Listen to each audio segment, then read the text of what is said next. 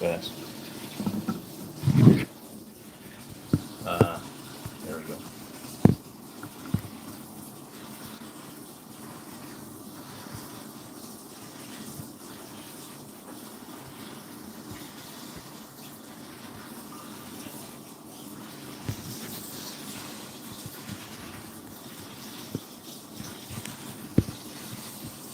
Why is it doing that? Isn't that strange? Hold on just a second. Be patient with me. Sorry. I'll be there in a second. Here I am. What? What is going on? Oh, there we go. Hey guys. Sorry about that.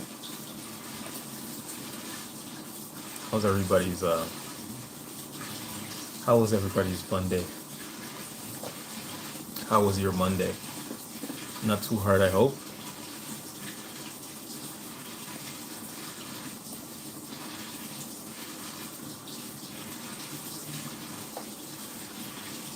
How are you guys? I see people in the chat. I see hearts. I see likes. I see no greeting. Hey guys. How are you?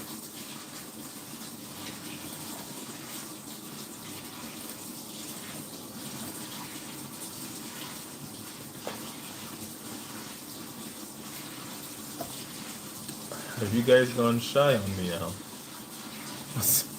What's happening? Or is everybody tired?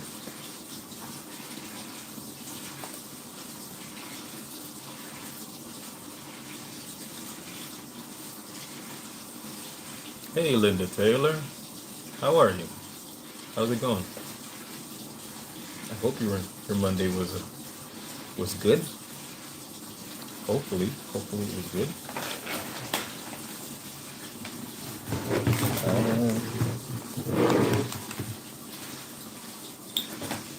How was your Monday, Linda? Mine was pretty good. I got some work done today. It was productive.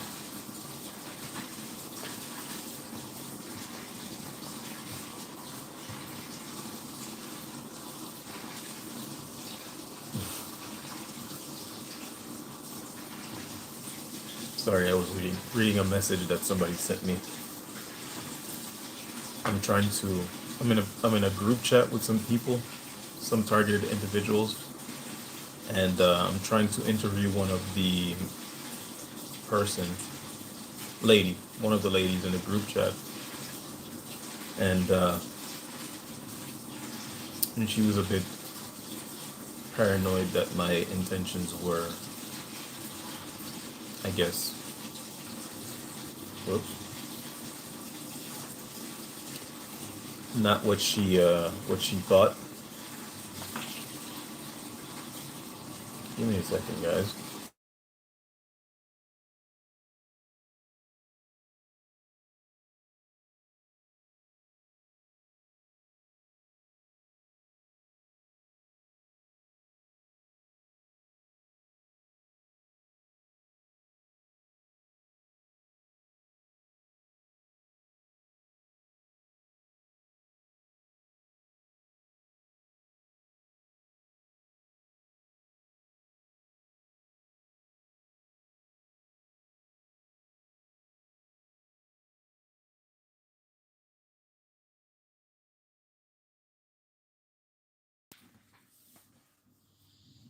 Hey, Cosmic Queen, Asium, how are you? Can you guys hear me now? I don't think you guys could hear me before. If you couldn't hear me, Linda, I was saying hi, how are you? How was your Monday?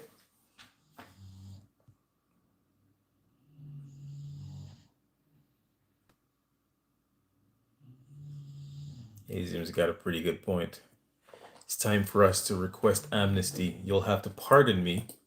English is my third language, and I'm not sure what amnesty means, though the actual word for amnesty in French is amnistie. I don't know what it means. Sovereign act of oblivion or general pardon granted by a government. Yeah, I don't want any amnesty. I don't want to be pardoned. I'm innocent. But I understand what you're saying, Asian. I understand what you're saying. I don't want you to think that I'm like being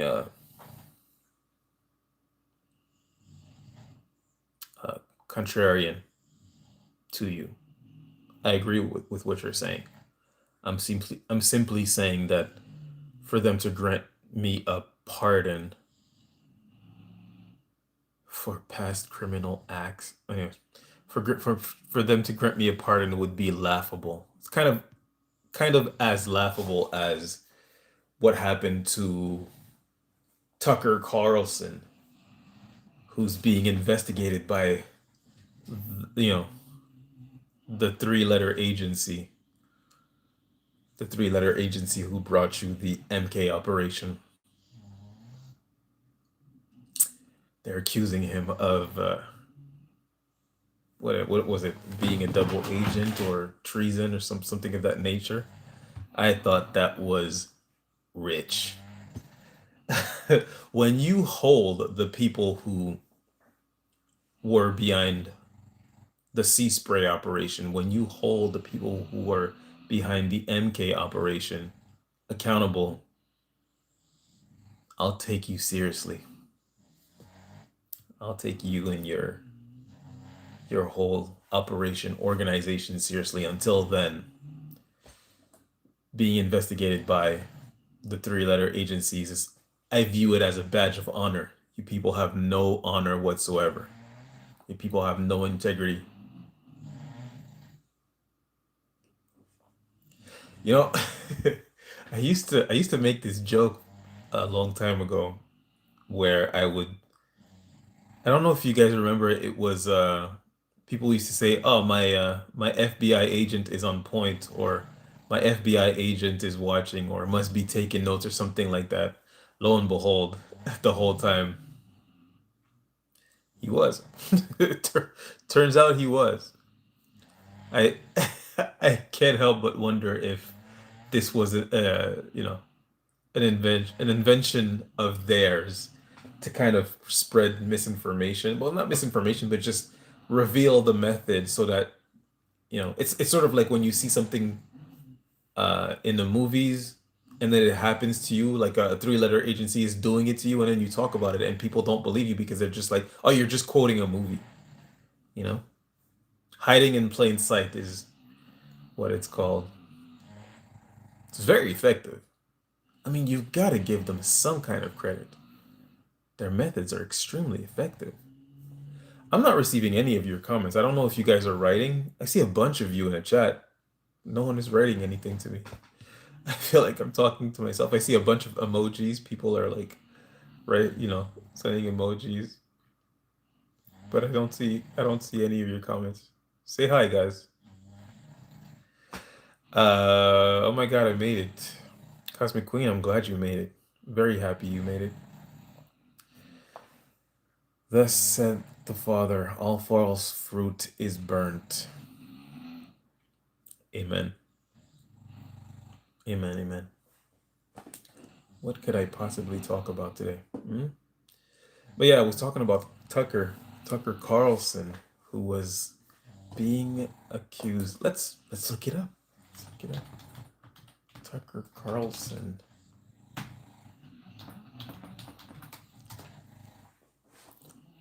says Trump's Justice Department is coming for him.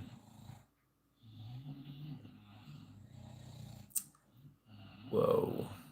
He says the CIA read his texts to build foreign agent case. Yeah, they're accusing him of being a foreign agent. Laughable. Because he's talking to Iranians. I feel like you guys are probably writing comments and I'm not seeing them. Let me go see if I can see my live from a different account and see if there are comments. Wow, there are a lot of comments coming in that I'm not seeing. Why is that? Why is that? Okay, I'm gonna read them from sorry guys. I'm gonna read them from my computer instead. So oh, Deb is here. Hey Deb. How's it going? I can't see any of your comments in the chat, Deb. I don't know why that is. I'm glad you're here, Deb. Glad you're here. Doing my best to protect my inner peace, but they really ramped up again. I'm sorry to hear that, Steve. Neo Soul, you were in another chat involved Neo Soul. I'm not sure I understand. I'm not sure I understand. Linda says, "Good evening, darling. Good evening. Good evening to you as well. If you call me darling one more time, my wife appears behind you with a chancleta." I see you now, Deb. I still don't see you here. I see Paul's comment, and that's pretty much it. And there's a bunch of comments here that I can see between Asiam's last comment and Paul's comment, but I don't see them here. I see them over there. So I'm gonna read from over there. Okay. Sorry. Cosmic Queen, we could and do. It's time for... Yeah. I actually want to talk about that. I want to talk about how we get this program to end. We can't expect the perpetrators of this program to hold themselves accountable and end the program. And they have too much incentives to keep it going either way. So not a reliable not a reliable method to end this. You are innocent. Let's forgive our enemies in peace. Man, Asia, I was driving today and I saw a car that said, "In Go We Trust."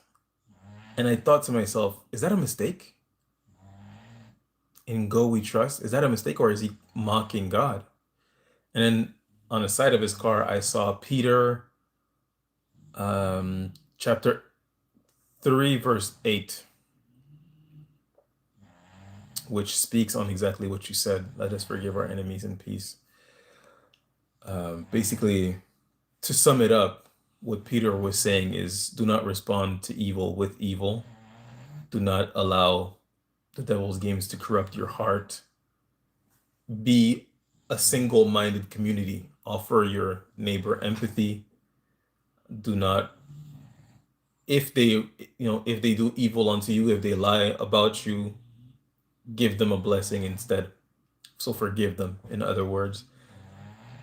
Basically, much of the Bible just teaches us to how to not be corruptible, because of course the good side knows the games that the bad side plays and how they manipulate us into joining their side while giving us the idea that we are doing good, because a lot of these people think they're doing good. They're fooled into believing that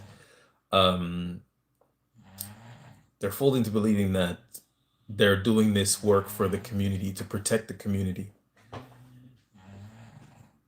So anyways, I'm so sorry, Deb. I do see you now. I'm so sorry. If you could just tell me what do you mean by Neo Soul? How was the movie? What movie? Oh, I didn't watch it. I didn't watch it. I'm sorry. Now I know what you're talking about. I didn't watch it. I was too tired and I had to wake up early in the morning.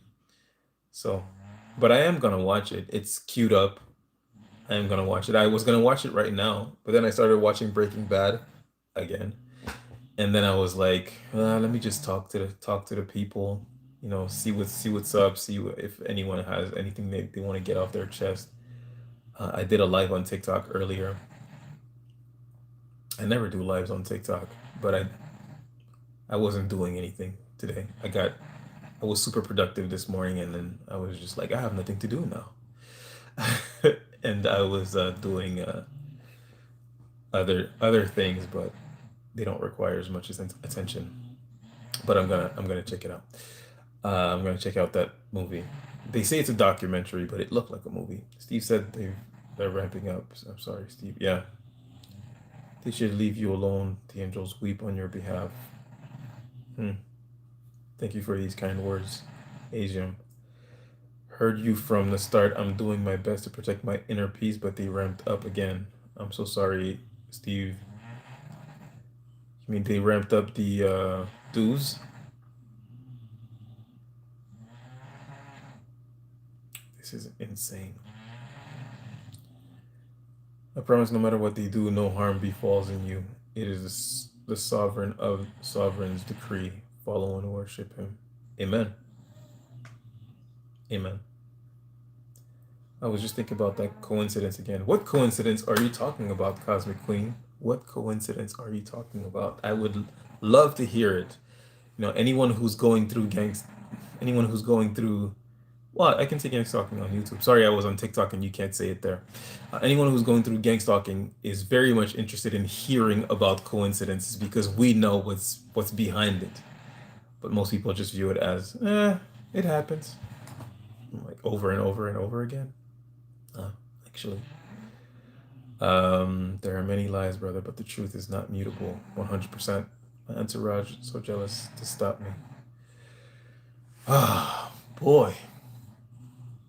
You know, when you don't have any envy or jealousy in your heart, it is hard to believe that others do, but they do.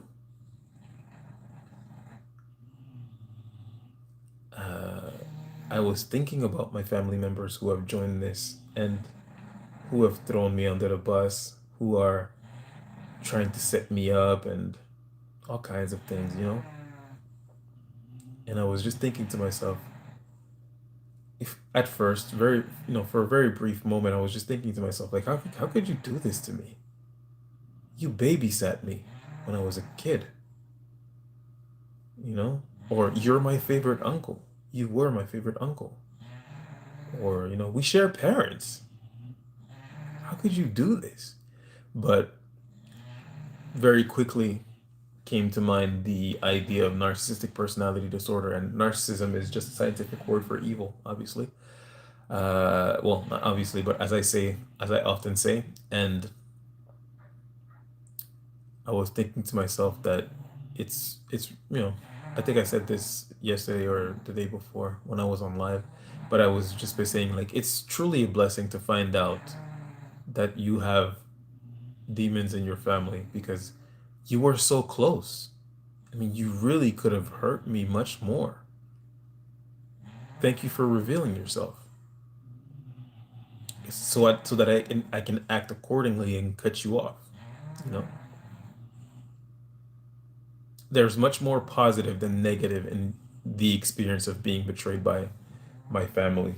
That's the way that I see it, at the very least. Um, and I truly, I've stopped seeing it as if I'm like missing out on something because I've lost family members. I'm not missing out on anything. This is a blessing. That's all it is. I was blind and now I see. Jesus performs miracles. I was blind and now I see. Thank you. Much appreciated. There are Hi, Sunny Rain. How's it going? How are you? We are writing. We are writing. Hmm. Whoa, Deb, what's going on? Talk to me. What's going on? What's happening? Assalamu alaikum. Walaikum salam. Peace be unto you as well. I was wondering why you won't answer any questions. Yeah, sorry, I couldn't see, but I'm here now. I can see your comments, guys. Escaping the Truman Show is a difficult task, but brother, I know we will succeed together. We will, though. Right? We will. The three-letter gangs. Hey, the the Alan. I guess your name is the Alan. How's it going, man? How are you? The Alphabet Cartel doesn't play by the rules that we have to at all. At all. Hey, thanks for the birthday for the belated birthday wishes, Sunny Rain and Cosmic Queen. Much appreciated. Thank you very much. I had a great weekend with my wife. I mean, she really gave me a super special weekend. Made me feel really, um, really special. It was. I just felt spoiled the whole weekend. She's great. She's awesome. Now I have to do something for her. Give me ideas. Hey, C Stay, how's it going? Good to see you as well. I was like, well, that's crazy. My best friend and you have the same birthday. Your best friend your best friend must have a similar temperament to mine then. Perhaps, maybe. I mean, my twin brother doesn't have a similar temperament to mine, so I don't know how true the zodiac signs are. I don't study them very much either way. But I have noticed that a lot of people are born in March.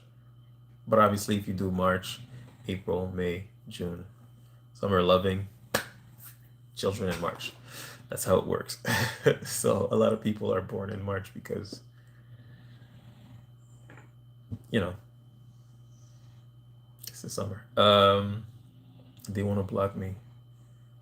Oh, I think no, I'm not getting your messages here. I'm getting like a few messages, but not all of them. I wonder why. Maybe it's because I was like moving the camera around or something. I don't know.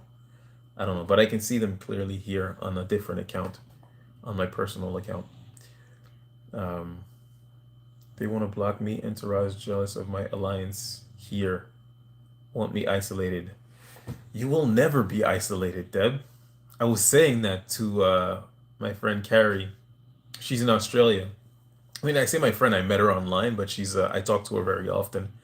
It's really funny, you guys come to me with, your experiences and your questions and things of that nature, and I'm more than happy to um, be there for you and offer you community as you offer me community. And then when I have moments where I'm like feeling a bit down, I talk to Carrie. She's on TikTok. She's a wise woman and she loves to drag me down rabbit holes, teaching me about stuff. It's like, um, you know, because they lie to us, and once you figure out that someone is lying to you, you always, the natural process or the natural next step is, what else are you lying about? And Carrie is like, oh, well, let me show you.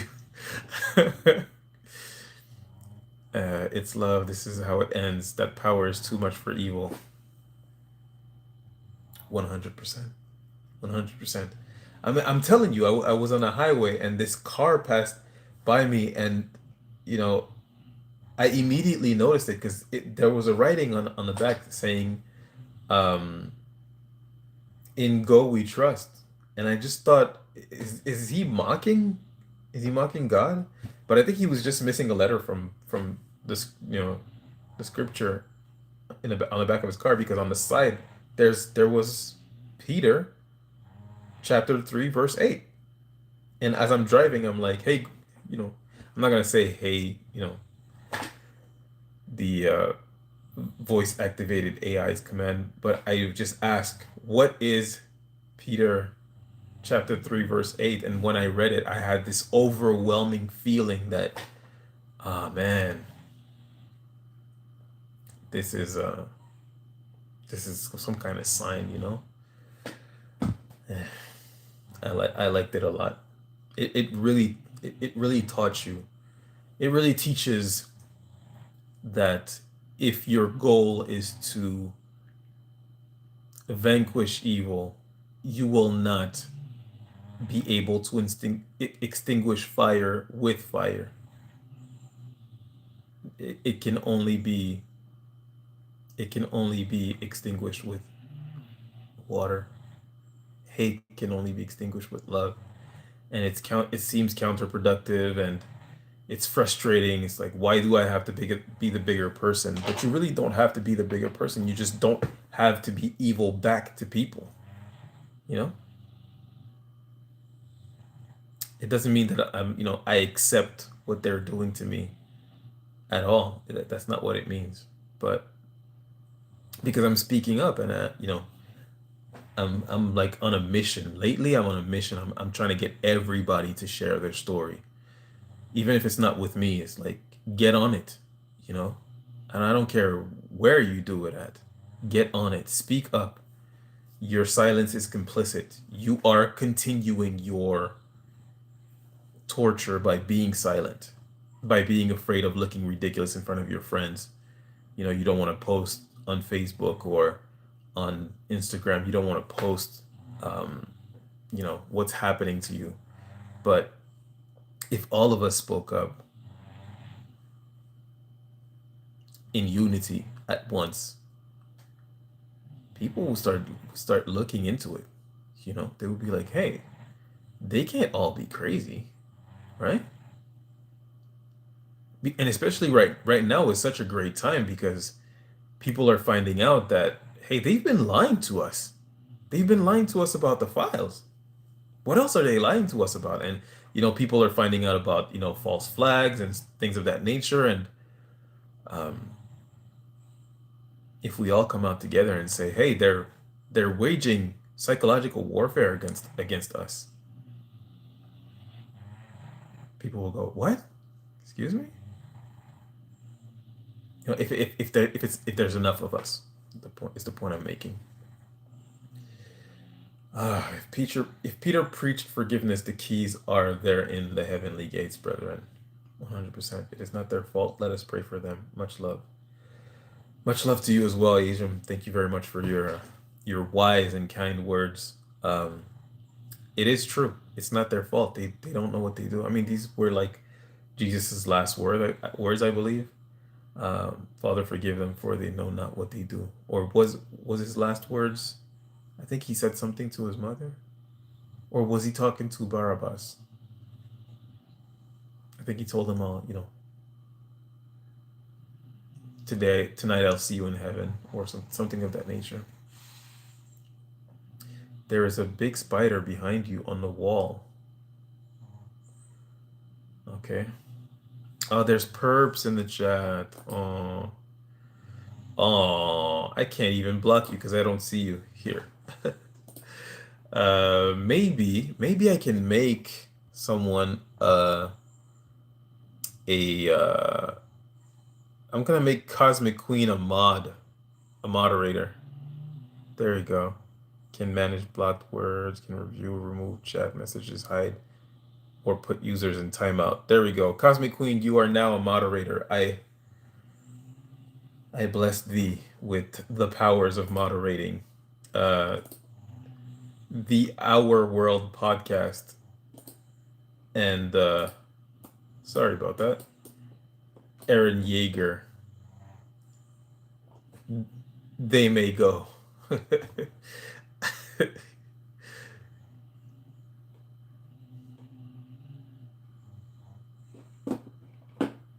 Actually, that's an interesting name, the Our World podcast. I wonder if he's just like joking or something, or if it's like really like a dude. Oh, wait. The Our World podcast. I know this podcast. No, I don't.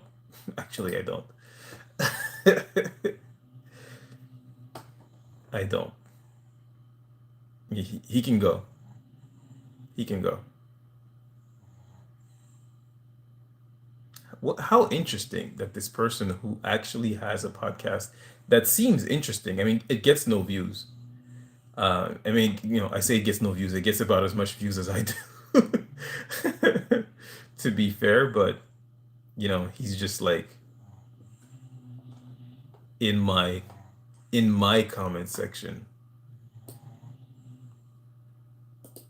perpin. How strange.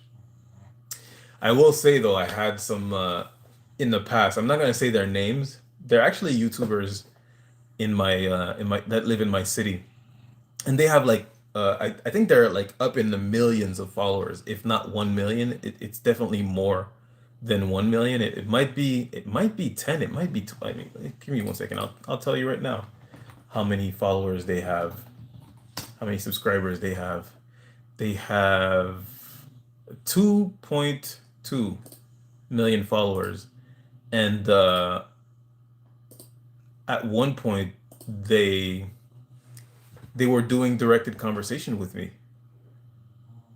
because I had made a video addressing something that they said, and then their next video they were doing directed conversation with me, which I thought was really interesting. They were like doing like dog whistling. I thought that was really interesting. I was like, you have 2.2 million followers. You worried about me? And even if like you're worried about me, it wasn't even so much you're worried about me. It was more like I was respectful to you when I you know, said what I said about what you said. Because I just felt like they were victim blaming in a certain situation, and I decided, you know what? I'm just going to make a comment. These are big YouTubers. I'm just going to make a comment on what I see wrong with this kind of behavior. I am the war against narcissism, right? I saw narcissistic abuse or narcissistic behavior, and I just decided, look, I want to call it out. I did that to a narcissistic abuse recovery coach as well, who, I mean, I didn't call him out or anything, but I just like corrected something that he had said, or I added to something that he had said, and he didn't seem to have an issue with it. And then later on, he began to also do directed conversation with me. And I just recently unfriended him. We were still following each other because I wasn't really thinking about him. I wasn't worried about him doing directed conversation with me. I didn't really care about his opinion because he's not just a narcissistic abuse recovery coach. He's also a diagnosed narcissist. So I really didn't care about how he felt about me. And directed conversation always holds plausible deniability. So I was like, whatever. But then he kept doing it, doing directed conversation towards me. So at a certain point, I was just like, whatever. I unfollowed him, and then I believe the next day he unfollowed me as well, which I thought was interesting. And he has like I think he has like 15 million followers. Like he's definitely a way bigger page. But I think it's funny when big names show up in my chat, or just like other YouTubers show up in my chat and leave comments. Anyways, I just went off on a tangent here. Sorry about that. No spider behind you. Thank you, Deb. Yeah, so I don't know if you can see them, Cosmic Queen, or if you're still here. Are you still here? Are you still here, Cosmic Queen? Um, Aaron Yeager and the Our World podcast. You can remove them if you would be so kind. Um, anyways, I pled CSRS starts protecting you. What's sorry SCRS? What's that? I'm sorry. Doubt it. I mean, this is SIS. You're talking about CSIS? CSIS. SIS is behind this. I don't expect any protection from secret intelligence agencies. You are absolutely worth the protection and cease the harmful actions that's taken far. Brother. Well, thank you very much for wishing that on me. I don't have any hopes of CSIS or SCRS helping.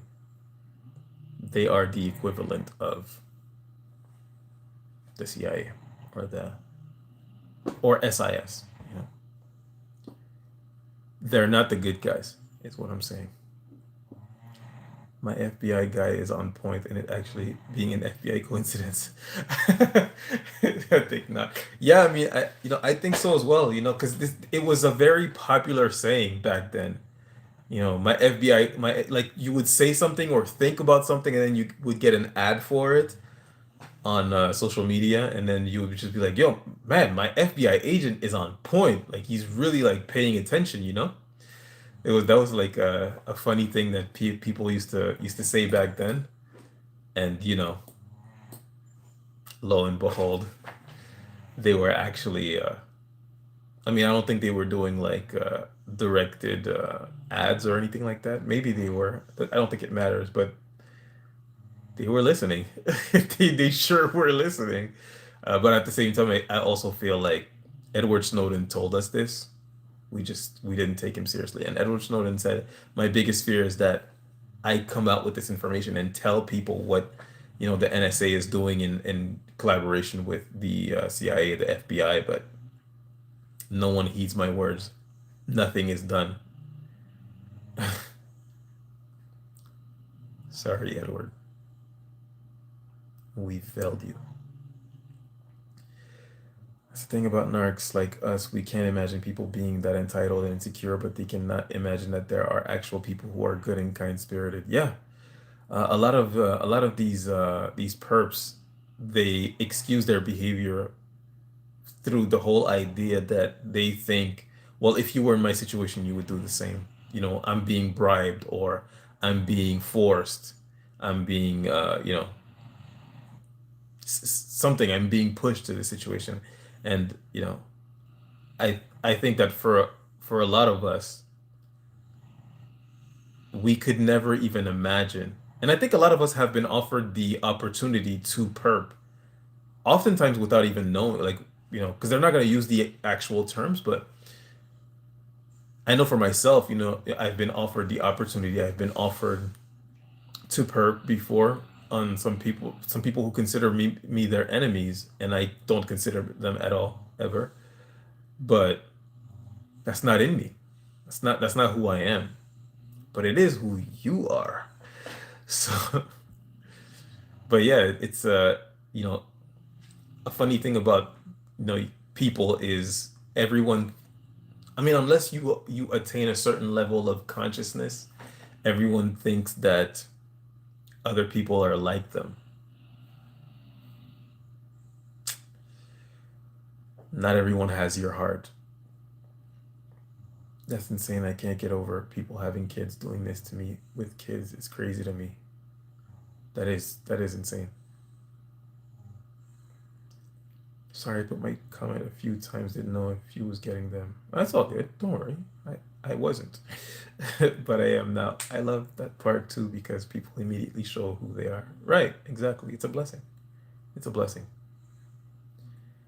It's because they want your kids. Don't go crazy. This can absolutely make you insane. So keep your head 100%. It's very important to remain. I mean, for myself, the way that I view it is now that I'm aware of all these tactics, and this is why I share the information because I want everyone to be aware of what these tactics are and what the goal is, and most importantly, the fact that this has nothing to do with you or what they have on you if they have something on you, which they probably do. I mean, you know, there was someone who said, I believe it was John Kiriakou, an ex-CIA agent, who said something to the effect that, people commit 3 felonies a day on average, something like that.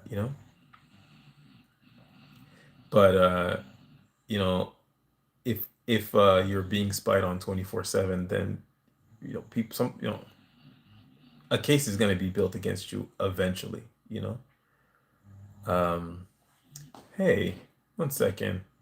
I'm sorry, Cosmic Queen. If you could do me a favor, you uh blocked Our World podcast, I believe what it was, but you didn't block Aaron Yeager. Aaron Yeager wrote a racist comment. So if you would be so kind as to go up above and find Aaron Yeager and block him as well, I would very much appreciate it. I would prefer not to see him again here today, because obviously he's coming back on my next live under a new name, right? But I'd rather not see him again today, or at least not under that name.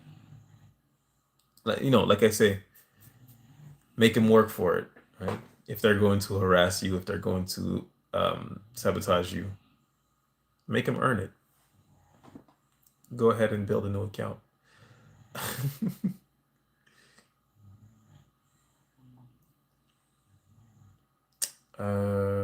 Truman Show Part 2 would make a lot of money. Woo, wouldn't it? We've got ideas. I'm really happy for you that you found someone who's actually good to you. I am too. Thank you very much.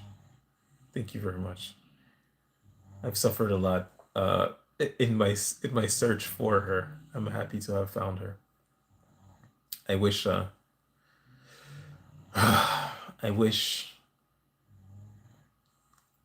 I wish she wasn't put in this situation through my proximity. Though I take no accountability for her having to deal with this because it's not my fault. I do wish that we didn't have to deal with this. But she's a strong woman. Very godly, very pious, so she's not worried at all. Sometimes I think some of these people here are AI. They just sound inhumane. Inhuman. I agree. I agree. There was one person who no longer shows up in my chat because I muted him for like 24 hours and he stopped showing up. Um, and I think he was a chat bot. I really do. I mean, he just kept spamming like weird comments and it was nonstop. And every time I would tell him like, "Hey, talk like a person," he didn't. You have any good ways in stopping the internal monologue? Hmm. No, you're talking to the wrong person here. I think the internal monologue is it can be a good thing if you use it well. Um, I try to keep my internal monologue positive, and the Bible helps a lot with keeping your internal monologue positive. The Bible says not to be afraid 365 times in that book. There's lots of messages of hope. The story of David. Read Psalms, Psalms 91. Read Psalms. You know, uh, if your internal monologue is troubling you, I would say try to change it. Try to change it through whether it be through reading positive things, through doing positive things, exercising, eating healthy, focusing on a goal. My personal goal is this. YouTube. I just got my PIN number for my because I had like some money that's been accumulating in my YouTube account, but I never collected it. I just got my PIN number in order to collect it in the mail, and I put it, and they said, "Oh, the money will be sent in March." I mean, it's nothing crazy, guys. It's really nothing crazy, but as you know, every little bit helps. So I appreciate your support. I appreciate you guys being here. I appreciate you guys watching my videos. The last video I posted today, actually, the numbers are pretty low. I think I have like about 200 views. So I'm thinking I'm, possibly shadow banned, especially now that I'm looking and I barely see any comments. I'm seeing some of them, actually. I think it's fixed. No, it's not fixed. Yeah, it is actually. No, I'm not seeing Zakaria's comment in my account. I'm only seeing it here. So yeah, I think I'm shadow banned. Well, I mean I know I'm shadow banned, but I think it's because I'm shadow banned. So if you guys get a second, what I posted today was the interview with AJ, part one. Part two will come out tomorrow, and I'm gonna work on part three tonight and then go to sleep. So throughout the week, the interview with AJ will come out, and it's really tight. There's no downtime in the interview. Like it's really well edited so that like there's always something being said, and there's no like I constantly say these things. Sorry about that actually, but I removed them in the edits.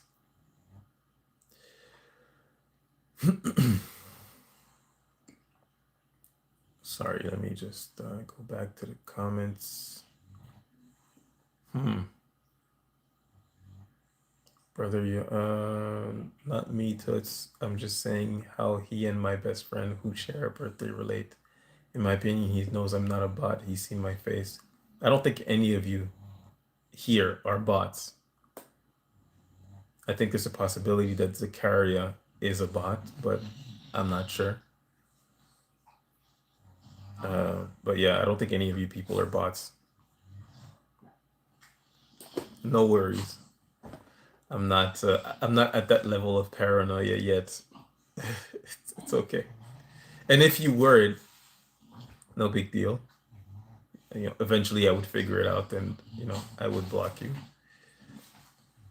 But I don't think any of you people are bots. You, we're family. We're community here. I'm your cousin. If you've lost, family members in this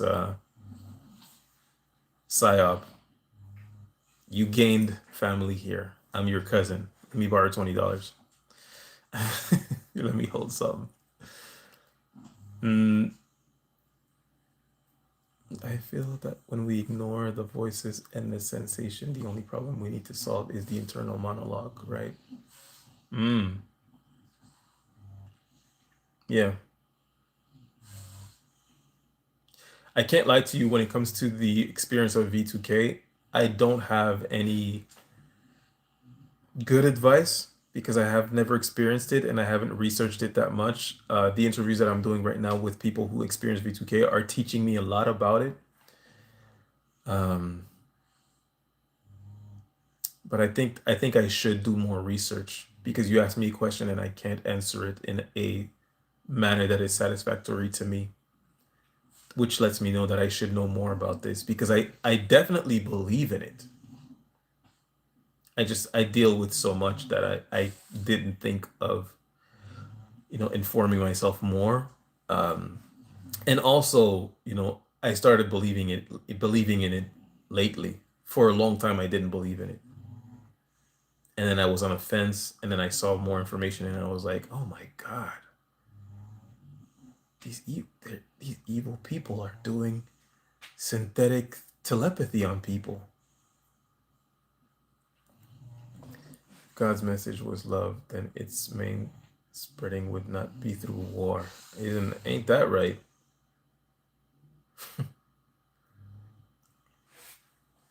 Fighting for peace. Fighting for peace. Fasting for nourishment.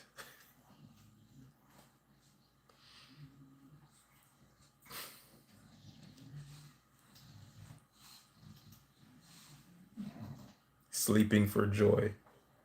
Jumping for sadness. Keep it going. uh, Evil will always be there. I will never feed it what it wants. Amen. Thank God I forgave my friend. I realized quickly he's going through it too. I cannot be silent. 100%. I just want everybody. I want everyone to gain the courage. But I told you guys before, I'm going to write a text and I'm going to ask everyone to say it on camera so that I can have a montage of a bunch of people saying the same things, you know, talking about what we're experiencing, what exactly it is. I'm gonna do it. I'm gonna do it. It's gonna happen. Right now I'm focusing on doing interviews and all of that, but I am going to do that. And I will be sending you guys, stick with me, please. I will be sending you guys, the information, and I will ask you to record yourself, and I'll give you all kinds of, pointers on, how to do it, go outside, be in the sunlight. It's what's best for, the video or whatever, or don't worry about making mistakes or whatever. I will edit everything and make it look proper, whatever. Uh, but I'm going to do it.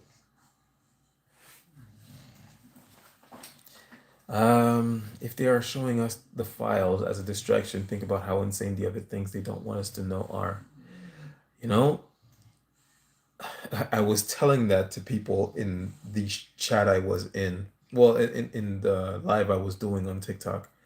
I was telling everyone never have a conversation with Carrie. Carrie is the woman in Australia who's also been targeted since birth, when she was adopted by a foster family, and never have a conversation with her.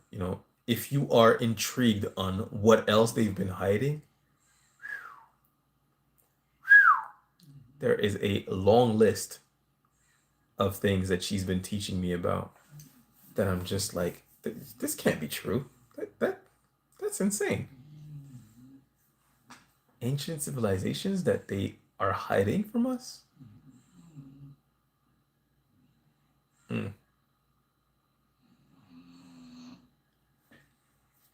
Please don't burn out on that mission. I'm in contact with so many TIs in real life that aren't all aware of the term gang stalking or TI, but my story is well known. I will eventually do an interview.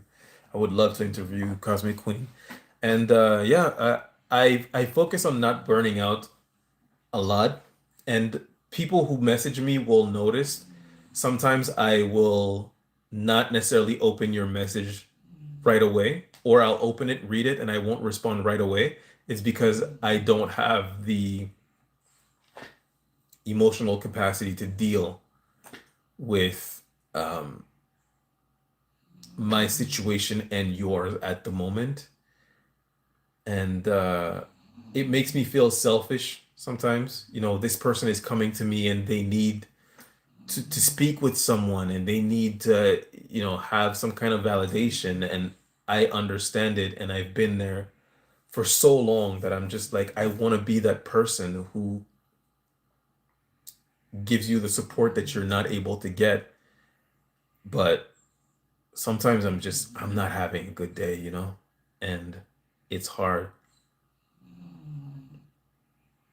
And it makes me feel impolite because, what the hell? I sent you a message, you're not responding to me. What's wrong? Am I not important? But I want everyone to know, if we are in personal contact, and you message me and I didn't answer you, it's not because I don't believe you or I don't think you're important. It's more than likely because I'm having a hard time at the moment, and I don't want to burn out. Actually, after I said that I was going to work on making that video, on writing the text so that all of us can share our story in one, you know, short form video, I had a small burnout and I took a break for a little while, and people were saying like, "Oh, you haven't been on in like a week. What's going on?" And I was just like, I need a break. It was emotionally, it was a bit much. I was having a hard time, but self-care, we lay down, we don't stay down, right? Thank you very much for your kind words. I am taking care of myself. Thank you for worrying about me. I just want to make sure I gather enough receipts. Yeah. I talked to a girl named Tabitha today who said that she took the people who added her to the list and were doing organized harassment tactics on her. She took them to court, but she lost. However, she had such a great spirit, and she was so. She follows me here too, as well, as a matter of fact. But she was so positive, and she was saying it doesn't matter that I lost. And I told her, it's true. It doesn't matter that you lost. You're a trailblazer. Perhaps you didn't make it to the goal, but you made it. You know, you made it further than anybody else. You went through all the proper steps, and you actually took them to court. And she was saying, I brought a bunch of proof. They had no proof whatsoever, and I still lost. And I was like, in my eyes, you won. You're ahead of the game compared to people who are not talking about it yet, or even compared to people who don't even know that they're going through it yet. So she had such a great energy. It was really revitalizing. And I always want to show up with a positive energy when talking to you guys, because you guys are dealing with enough. I don't want you guys to deal with my stuff. I mean, not that I wouldn't come to you if I needed it, because I would, and I do sometimes. I'll message someone and I'll just be like, I'm venting now. Please listen. Uh, but I know that I know what goal I had when I started talking about what was happening to me, and it wasn't to, you know, lament woe is me and all of that. It was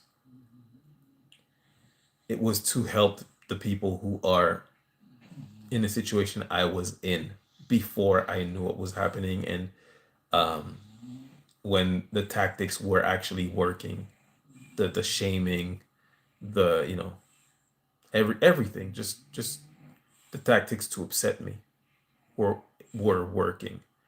Now I just look at it and I'm just like, I feel sorry for you. I truly do. You know, exercise those demons. Amen. Amen. I report all the perps already, hon. Hey, thanks, Cosmic Queen. Um, I have fear of talking to non-TI. The tactics are so crazy, I can't help but feel like I sound crazy trying to speak up. I'm not sure how I would even begin to articulate my testimony. You're gonna look ridiculous, but you have to be comfortable with that. You know, I have a huge family. I have over 250 cousins. Most of my cousins, I don't know them. And these are not like far off cousins. These are like the children of the brother of my mother. I have no idea what their names are. I have a really huge family, like on both sides. On my dad's side, there are like 10 siblings. On my mom's side, there are like 11. So I have a lot of cousins. I have a big family, and would you know that not a single one of my family members believe me? And I'm talking about the ones that grew up with me. Not a single one. None of them believe me. There are a couple of people who believe me. One is an ex-client that I trained her dog. Once is a guy I went to high school with. We weren't even friends. We were friendly, but we were not close at all. And he believes me. And who else believes me? I can't remember. But not a single one of my family members believes me. And none of my friends believe me. So I don't care about looking ridiculous. I care about suffering in silence. I'm not doing it. I'm not doing it. And the fact that, these people keep showing up in my lives and, tell me to be quiet, to tell me that this is useless is just like,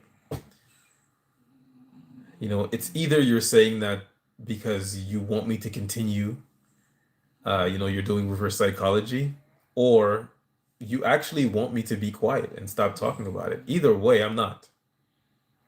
I'm free. I'm not I'm not going to participate in my abuse by being silent. I'm not going to sign off on my abuse by being silent. Not anymore. I don't care how people feel about me. I don't care what people think. I don't care if they think I'm crazy, if they stay away from me. I personally think that showing up as my true self, even if most people judge me as crazy, I feel like showing up as my true self is going to attract the right people. It's just like I'm still the same person. I just happen to be dealing with this crazy stuff. If it scares you and you don't want to talk to me anymore, that's okay. I don't I don't I don't judge you. I get it. And even if you believe me, I'm not gonna bug you about it because you're not going through it. So you'll only give me empathy, enough empathy to like listen to my story once, and then you'll be like, all right, get over it. Because you're not going to understand. It's like, no, there's no getting over this. It's happening. Even when you don't see that I'm being, attacked, that psychological warfare is being waged against me.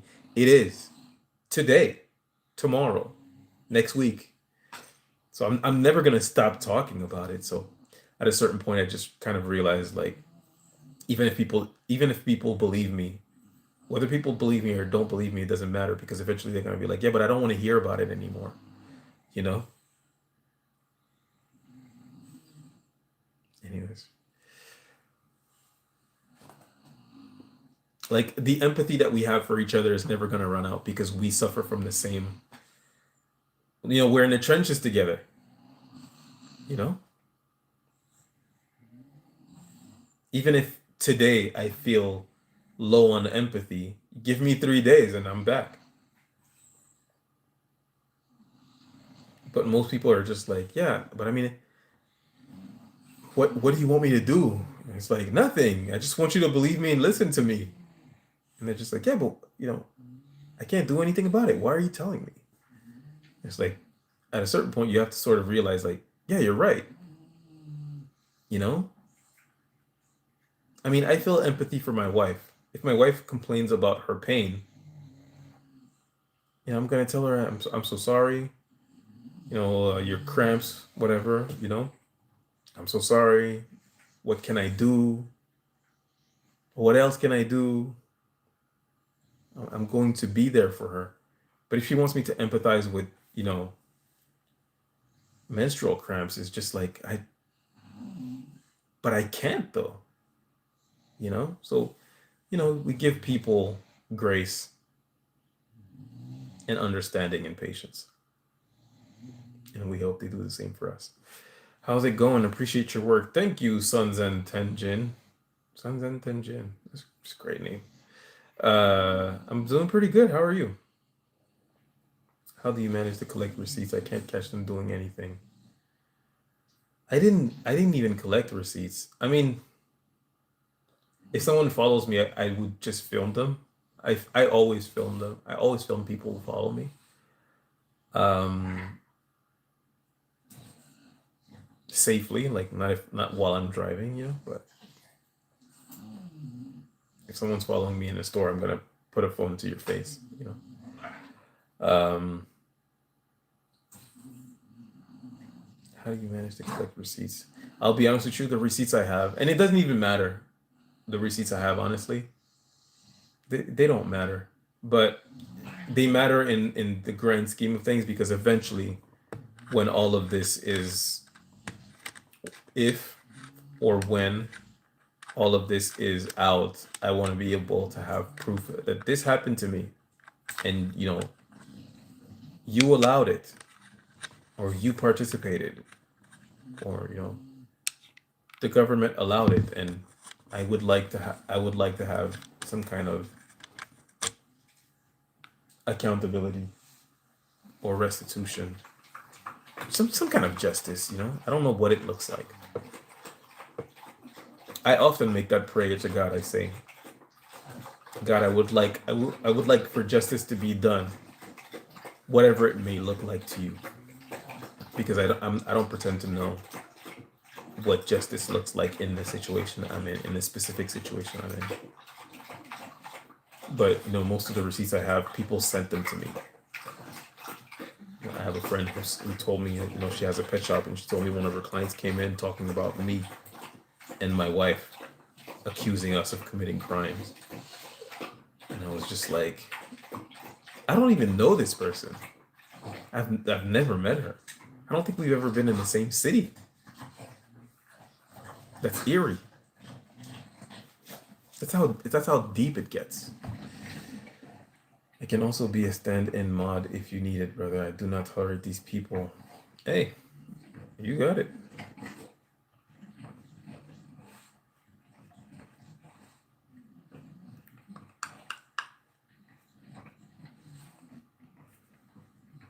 You are a mod.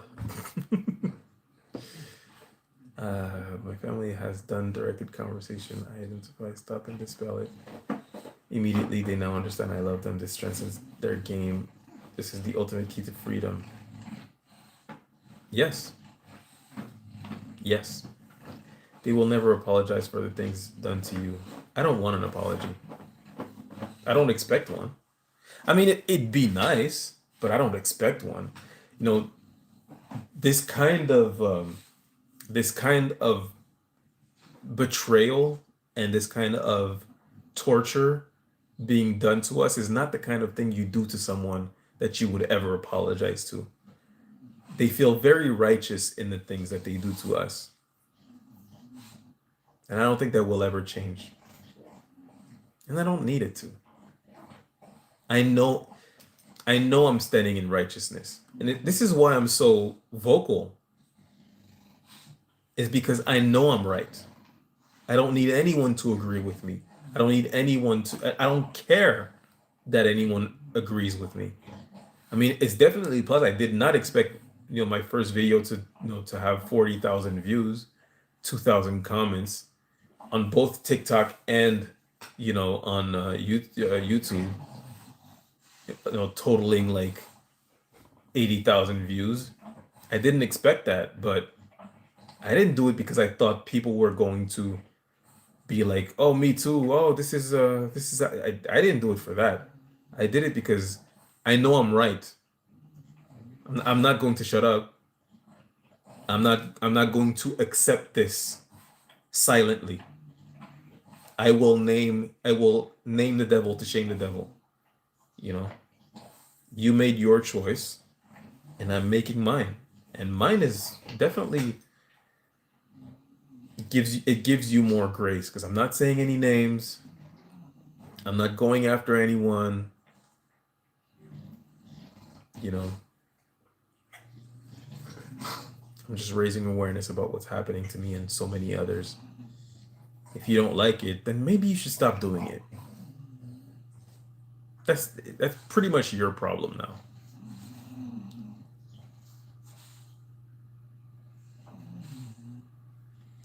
No matter how long it takes, I am certain of judgment after death. I know all in the end will be fixed.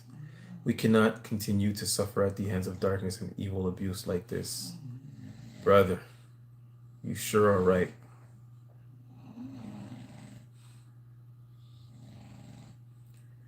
I'm not worried, you know? I'm not worried too much. I was saying this earlier in my live on TikTok. I was saying I had um I've had two awakenings. And the person that I was before my two awakenings, they're gone. They're completely gone and um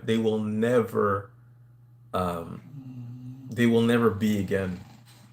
My first awakening was when I found out about narcissistic personality disorder. My second awakening was when I found out about gang stalking. My first awakening with narcissism was realizing that evil exists. Evil exists. There are evil people. These people are not doing what they do because they're hurt and they need love and they need to be, you know, embraced with love, and then they will change their behaviors. These people are doing this because they're evil. That's their goal. And it just changed my whole perception on people. My second awakening was finding out about gang stalking. And that's when I realized it was much harsher, but that's when I realized that hell is here. The hell they speak of in the Bible, right here. This is the devil's playground. Here. The monitoring spirits, they're here. The legion of demons, right here. Hell is not beneath us. We are beneath. So, but what I will say, and allow me to finish the thought before you despair. Sorry. But what I will say is it gives me comfort to know that hell is here because I know what comes after, you know? I mean, don't get me wrong, I'm doing everything I can to make my life as positive and as good as I can, but when it comes to, justice and all of that, I just figure, I mean, I will be avenged in this life or the next. It's fine. I don't, I'm not worried. I'm not worried about creating my own justice. I know it will be done. I know where I'm going after here. I'm not worried about that. And I want to go when I'm 95, but I know where I'm going. I'm not worried. I worry about them. I worry about those who have been fooled, who have been tricked by the trickster.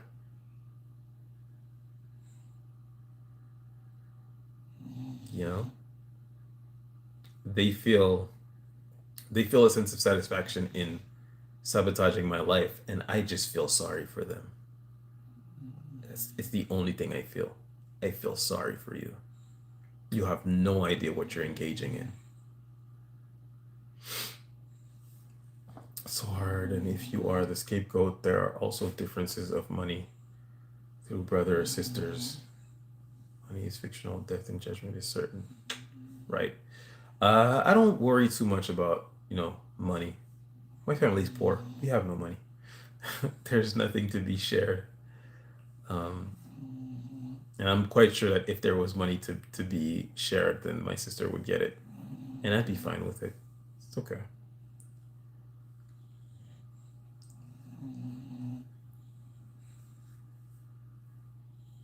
I believe money has weight, but that is a product of society, not us. It is a lifeblood, but those who could abuse it are not righteous. SCRS equals CSIS. Yeah, yeah. I'm far. Well, sorry guys. No man, you gotta understand. I pray they will absolutely defend you. I know they are behind it, but maybe your good behavior vouches for it themselves. I pray it is true. You're a good guy. Well,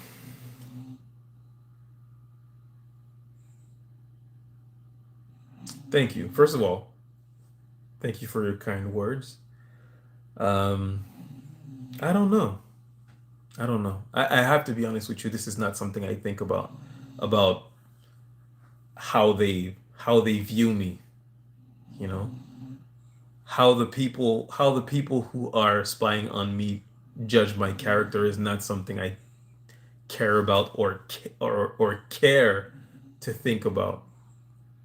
I don't care. I don't care how you feel about me.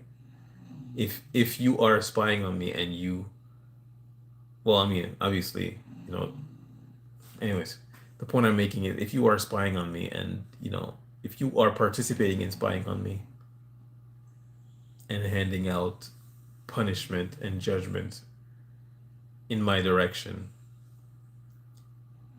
you know, I would never appeal to the pity of my abuser. Not something I would do. Have you found any law enforcement help? No, no. I'm not looking for it. I got the podcast. Who was the other one? Uh, Aaron Yeager. I think you got him. I'm not seeing him. Am I not looking enough? Yeah, I think you got him. Yeah, I'm pretty sure you got him. Yeah, you got him. Thank you, Cosmic Queen. Much appreciated. Very much appreciated. You know, we gotta make him work. We gotta make him work for it. You know, send somebody else, make a new account. I don't care, but we have to make him work for it. I started. Sorry, I'm not gonna lie. Sorry. Oh, wait, wait. Uh-huh.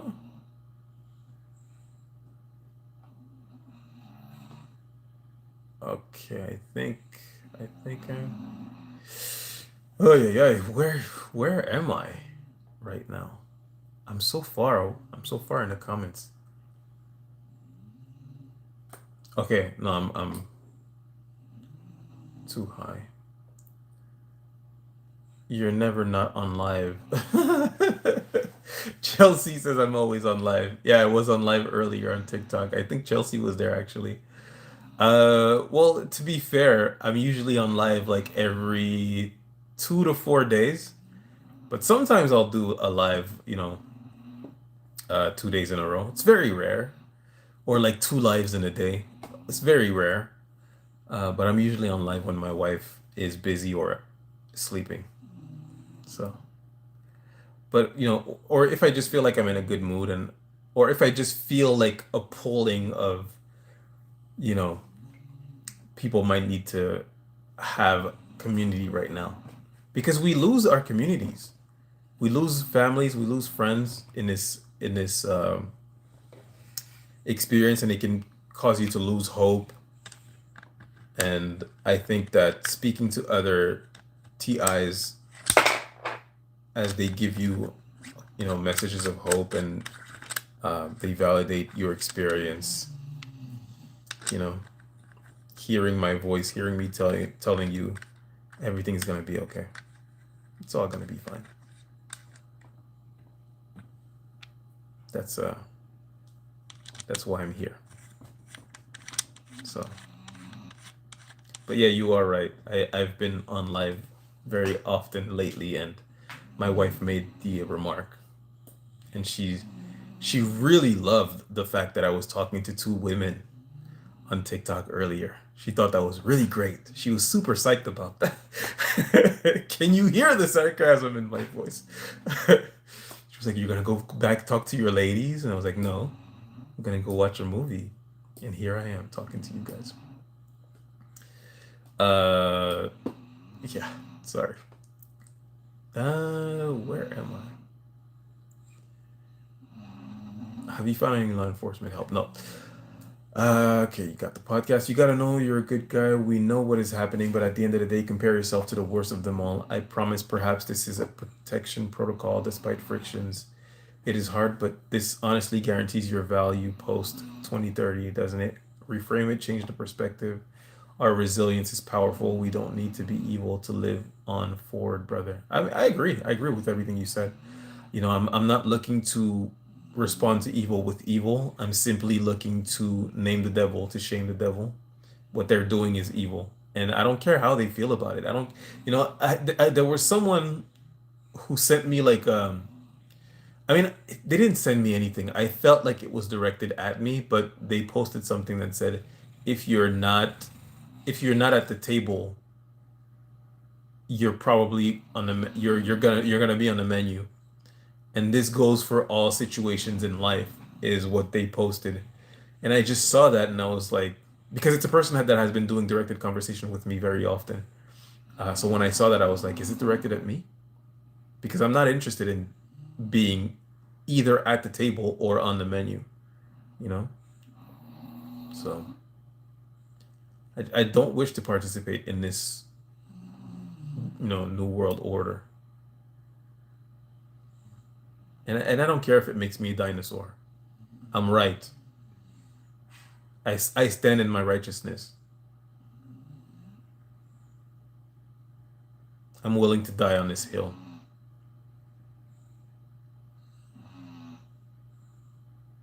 I think we should all die on this hill. Sorry, sorry. It's metaphorically, metaphorically, metaphorically. I'm not being sarcastic, by the way. I mean this metaphorically. My guardian parent would use me to regulate, exclude, humiliate, confuse. The whole family stood by and said nothing. Narcissistic.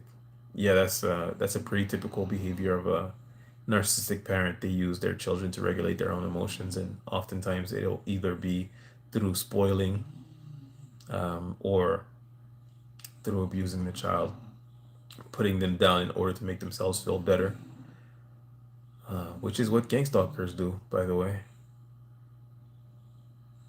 It makes them feel better to do what they do. Can you imagine? Can you imagine? First of all, I'm sorry that you went through that, Pandora, Roy. That's really terrible. I mean, I have to say I went through the exact same thing as you. It's not fun, especially when it's coming from your parent, because to a child, your parent is God.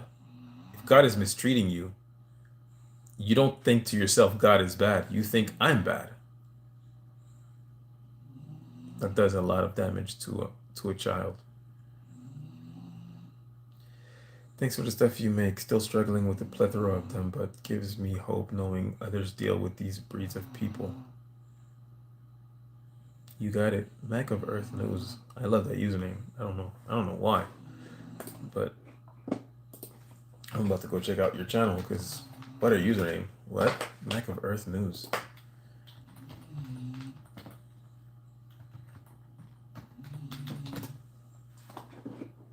You sound like a guy who talks. I can't find your page. Isn't that too bad? Mac of Earth News. Did I write it wrong? No, I didn't. I can't find you. Sorry.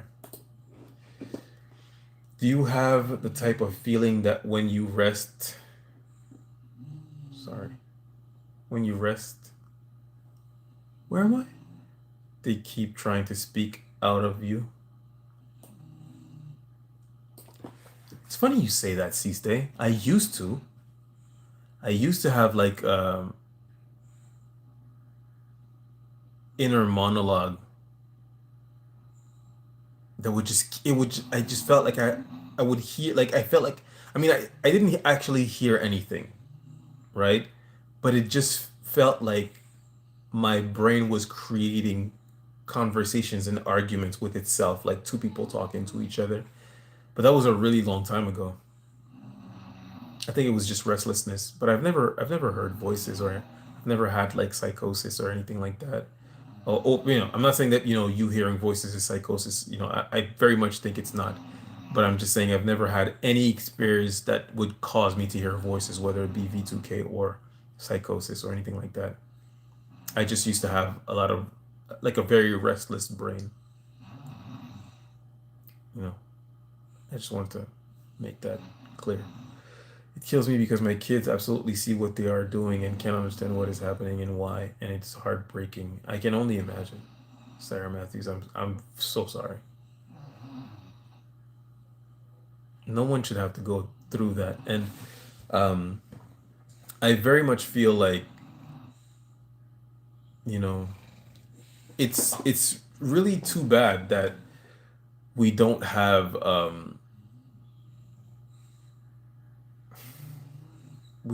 more of a religious upbringing anymore, because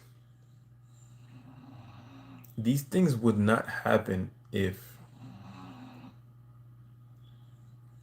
people read the Bible. We would be able to recognize, oh no, this is evil. This is not protecting the community. This is not helping the community. I'm supposed to commit crimes against a person because they committed crimes, or because they're being suspected of committing a crime, or because they did something wrong. They'll tell you, oh, these people, these targeted individuals, they're mentally ill or whatever. They just want attention. And then they'll say, oh, these targeted individuals, these people, they've done something wrong. They're on the list because they've done something wrong. They're spousal abuse, uh, you know, substance abuse, things of that nature. And it's just like, yeah, but this is a fellow man. Even if he or she had committed, substance abuse, spousal abuse, or um, you know, crimes, anything, you know, what is torturing them going to?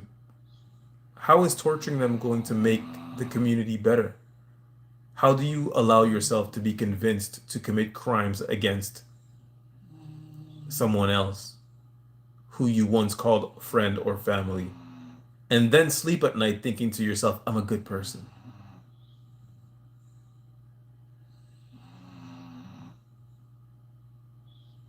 Can you feel me? Feel sorry for you?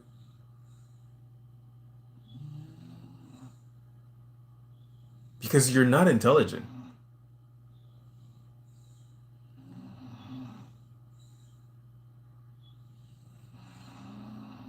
Hmm. Deep thoughts, deep thoughts. I was in deep thought right there. Sorry. There's literally no amount of money you could offer me to do any of this. They're cheap. if they're putting out their soul for any amount of money. Yeah. I mean, most of the people who are participating in this are given the carrot or the stick, or both. Meaning that they're either being incentivized through financial prizes or by because they were already in trouble, and they're like, well, we'll let you off the hook if you do this for us. Or they're in trouble, and you know or they're being threatened, do this or else we pursue you instead of them. And it's just like, I have to deal with the trials or fire that you put me through. And it's not a great way of living my life, but I have to deal with the trials of fire you put me through. You are in shackles. You are creating a prison for me, but you're in prison. You're not free because, you know, stop doing what they ask you to do. Speak up against them. See what happens to you. You know, the same way you're creating a prison around me, you're creating a prison around yourself. The more you do, the more they have a case against you. And if you think they're spying on me alone and not you, you have a very poor understanding of AI and supercomputers and secret intelligence agencies. Secret intelligence agencies provided the perico for all Los Angeles street pharmaceutical entrepreneurs. That was I have a way with words. I'm sorry, but they provided them all their they provided them all their pharmaceuticals. Once they were done using them, where do you think these people went? These street pharmacists. They're all in prison forever.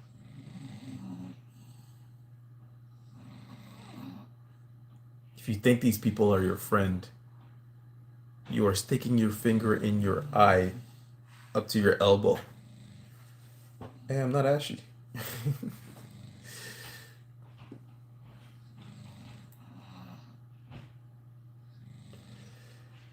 I am a Christian. Any of you watch Brave New World? I haven't seen Brave New World.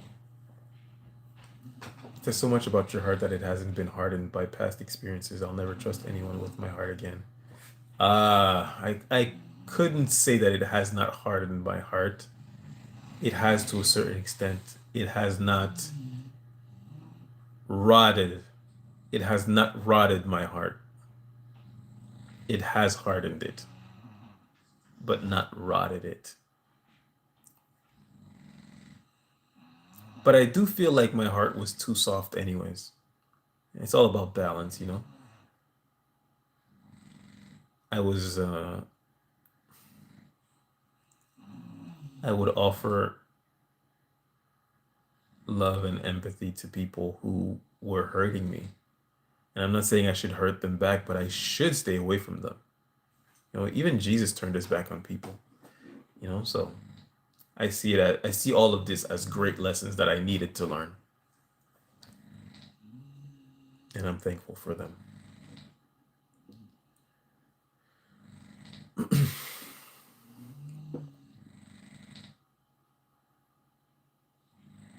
Question: would you like us to hype your videos because I worry with that we would just reach more gang stalkers instead of TI, but you deserve to grow and gain. Oh my God, Cosmic Queen.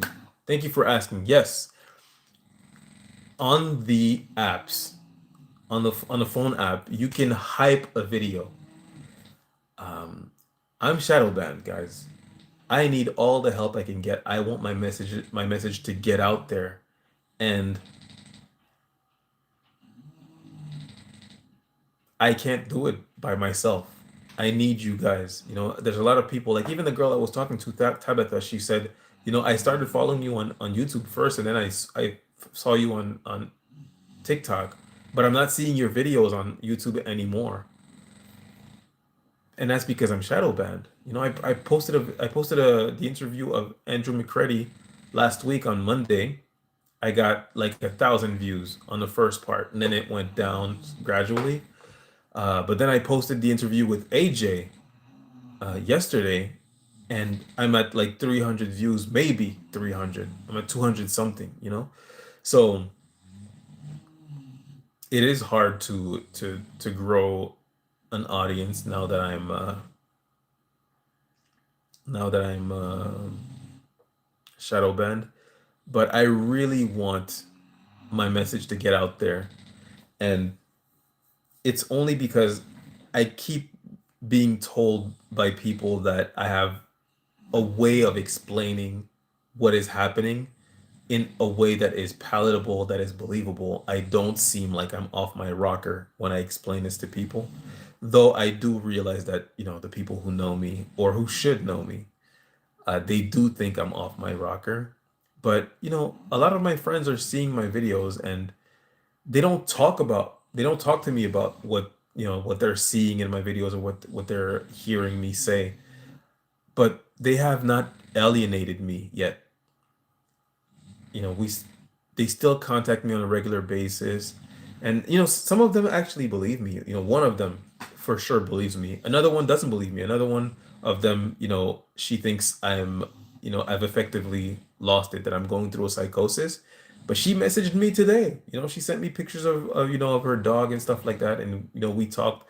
Like, she knows I'm not a danger to society, even if I was going through psychosis, which is what she thinks I am.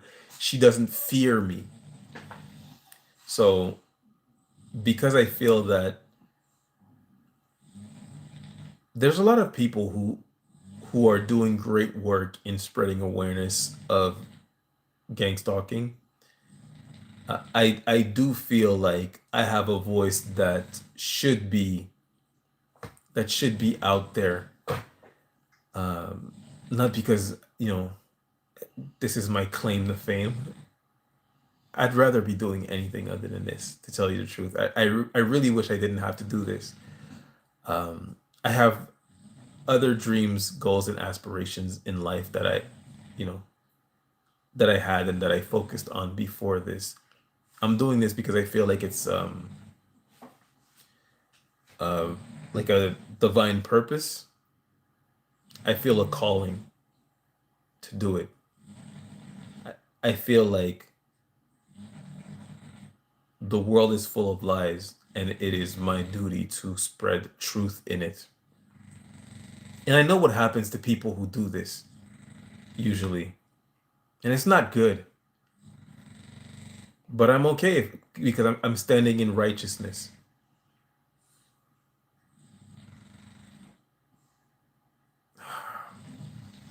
I hope that made sense. Is it rumination or is it V2K? It's rumination. In my case, it was rumination. I've never experienced V2K. Give me a capture right now. I'll show you. It's not that serious, Zakaria. I believe you. Do you ever have the voice idealize blasphemy? Oh, I think you're talking about C-Stay. We should appreciate you for speaking up and bring the TI community and spread the good messages so that we can cope with the introject stress. At least all here knows what we're communicating. Yes. Well, thank you very much. I appreciate the kind words. Like I said, I've never experienced V2K, but I believe you. I believe you wholeheartedly. I don't think anyone who talks to me about V2K is, going through a psychosis at all. At all. Oh, you were talking to Mac. Sorry. Sorry about that. They want me to be something I'll never consider. Yeah, much of the abuse tactics are based around trying to convince you that you're a bad person and you need to. It's all about manipulation.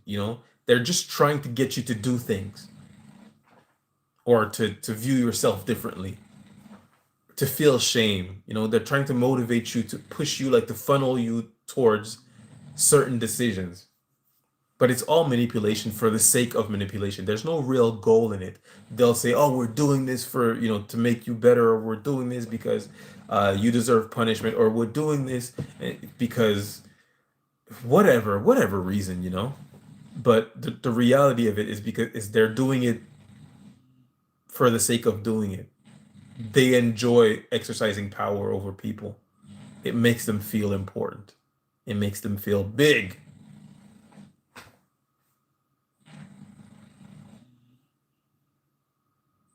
Yeah, you're not gonna stand on my shoulder and call yourself tall.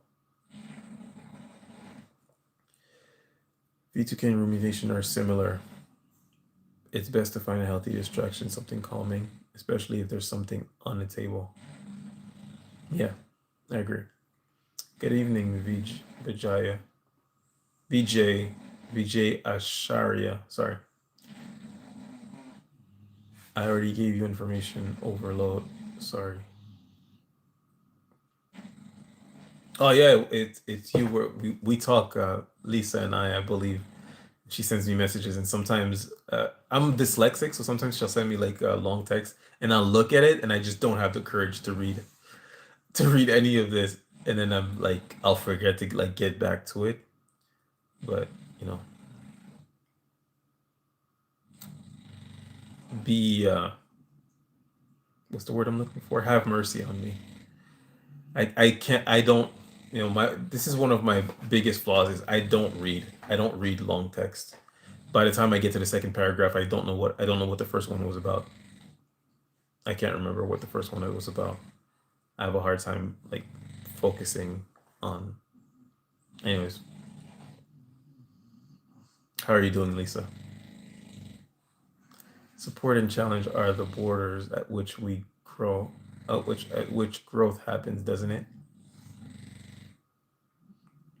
That's a fact, though. Do you think there is technology that puts you in a deep sleep? I don't know. I have no idea. Probably. Just want to make sure I have all the proof I can before they go burning it.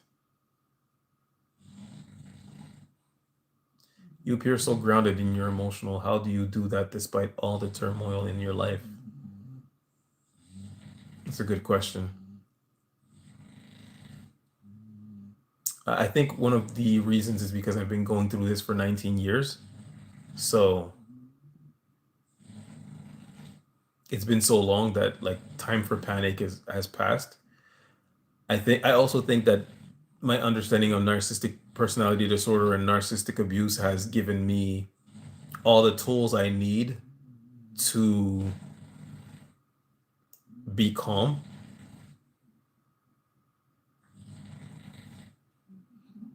And panicking doesn't help. If you're panicking, if you're fearful, you become easy to manipulate.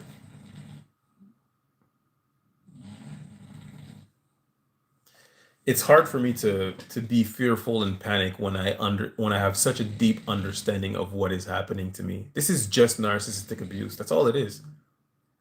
It's annoying. It can ruin, a lot of opportunities for you and a lot of relationships for you in life. But it's narcissistic abuse, and I know how to behave around narcissistic abuse. Respond, don't react. Gray rock. I'm not going to match your energy and get upset because you want me to be upset. I'm not upset. I hope that answers your question.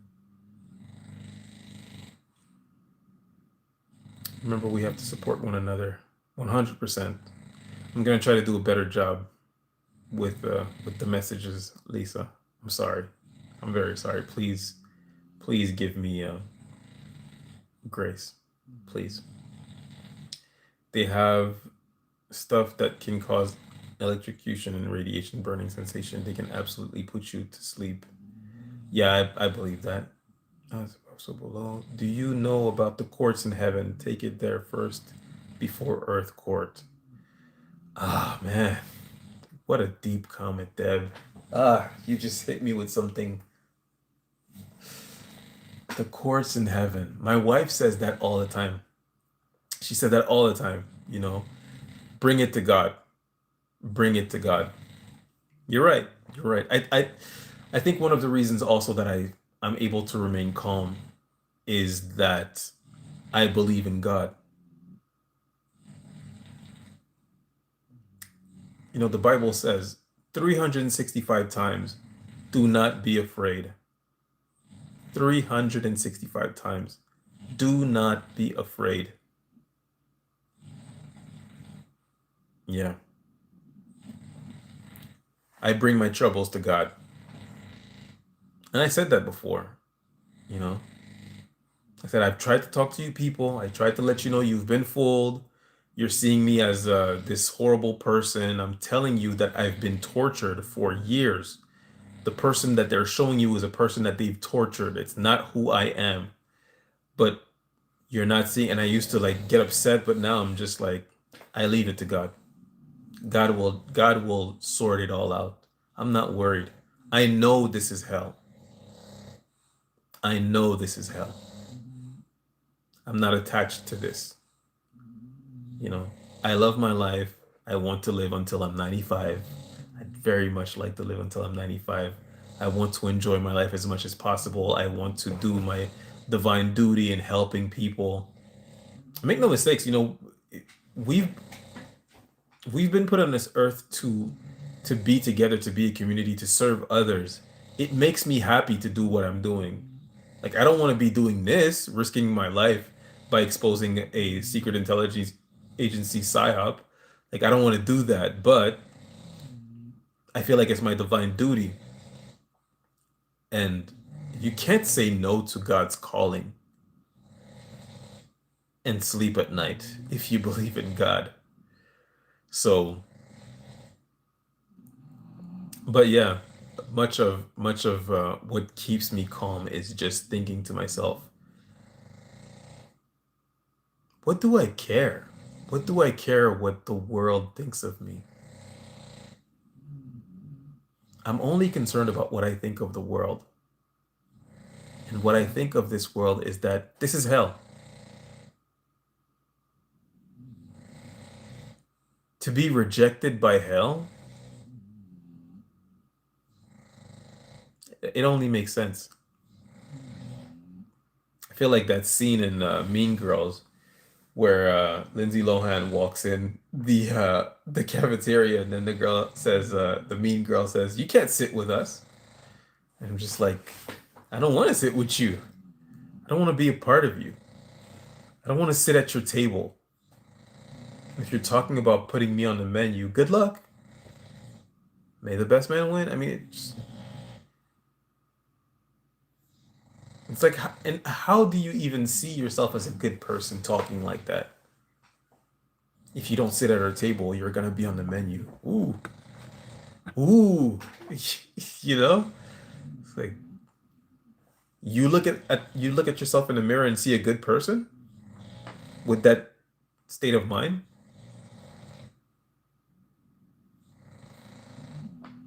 Lying to God is like lying to yourself. Tricking God is tricking yourself. I have three cousins, three actual cousins. That's crazy. That's crazy. You know what? my one of my ex-girlfriend had two cousins. That's it. But then in reverse, you look at them because they're siblings. You look at them and they have one cousin. that's, that's nuts.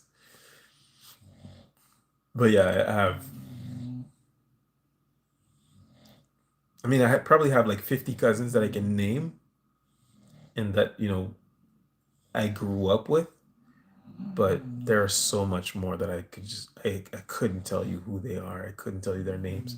I went to my dad's family reunion at one point, and I didn't grow up with them. And I just met a whole bunch of people, and a lot of them knew me. And they're like, "How you doing? I haven't seen you in so long." And I'm just like, "You've seen me before?" I don't know who you are, but they were very nice. I'll say that. Anyways, sorry. Three cousins is crazy. Sarah. I mean, now you got four. You got four cousins because I'm your cousin now. I'm your cousin. Because in a minute, I'm about to ask you for $20. Let me hold some. Look, bro, you blessed so many others, therefore you are blessed. Promised. Thank you. Thank you for your kind words. Much appreciated. None of you are alone. You know, I was talking. I think Chelsea was saying that. No, it wasn't Chelsea. Sorry, it was Carrie was saying that she felt alone.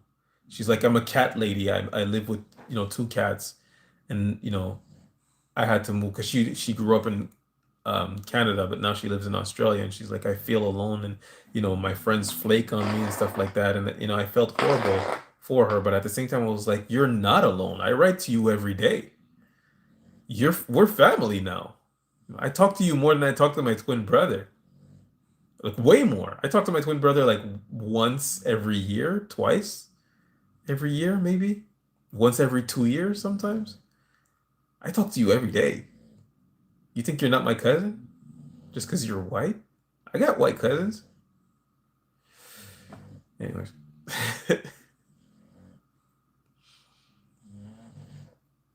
I'm not gonna lie. I've empathized with menstrual pain before, even though I'm a man. Someone told me about how periods really feel, and I got the worst fever and knots after. I hear you. I hear you. I started filming. Hi, Rocco World.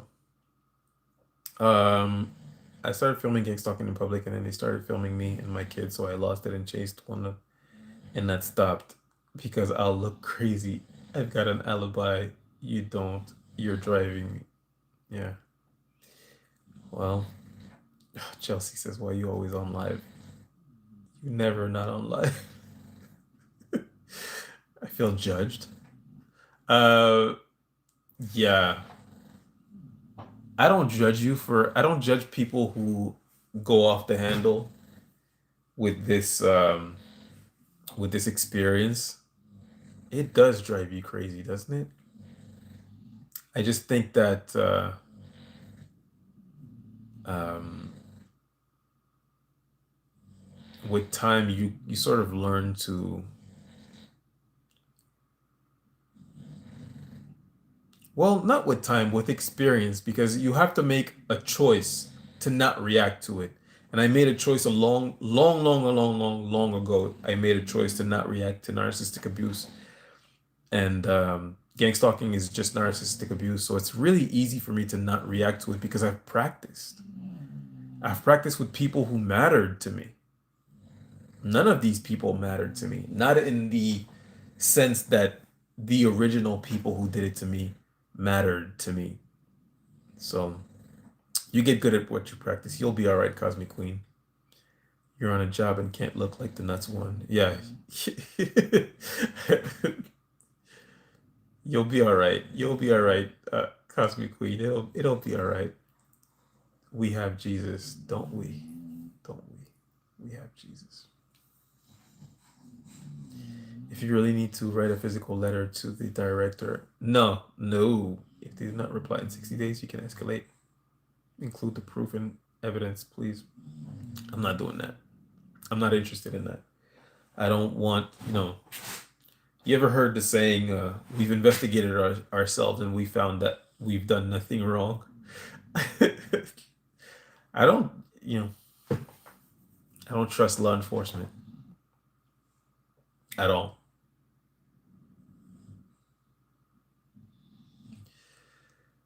But I appreciate the advice very much, actually. I do appreciate the advice. It's very kind of you. Whoa, where did I go?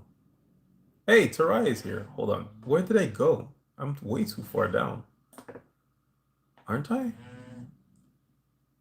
Wow, there's so many comments that are just appearing out of nowhere.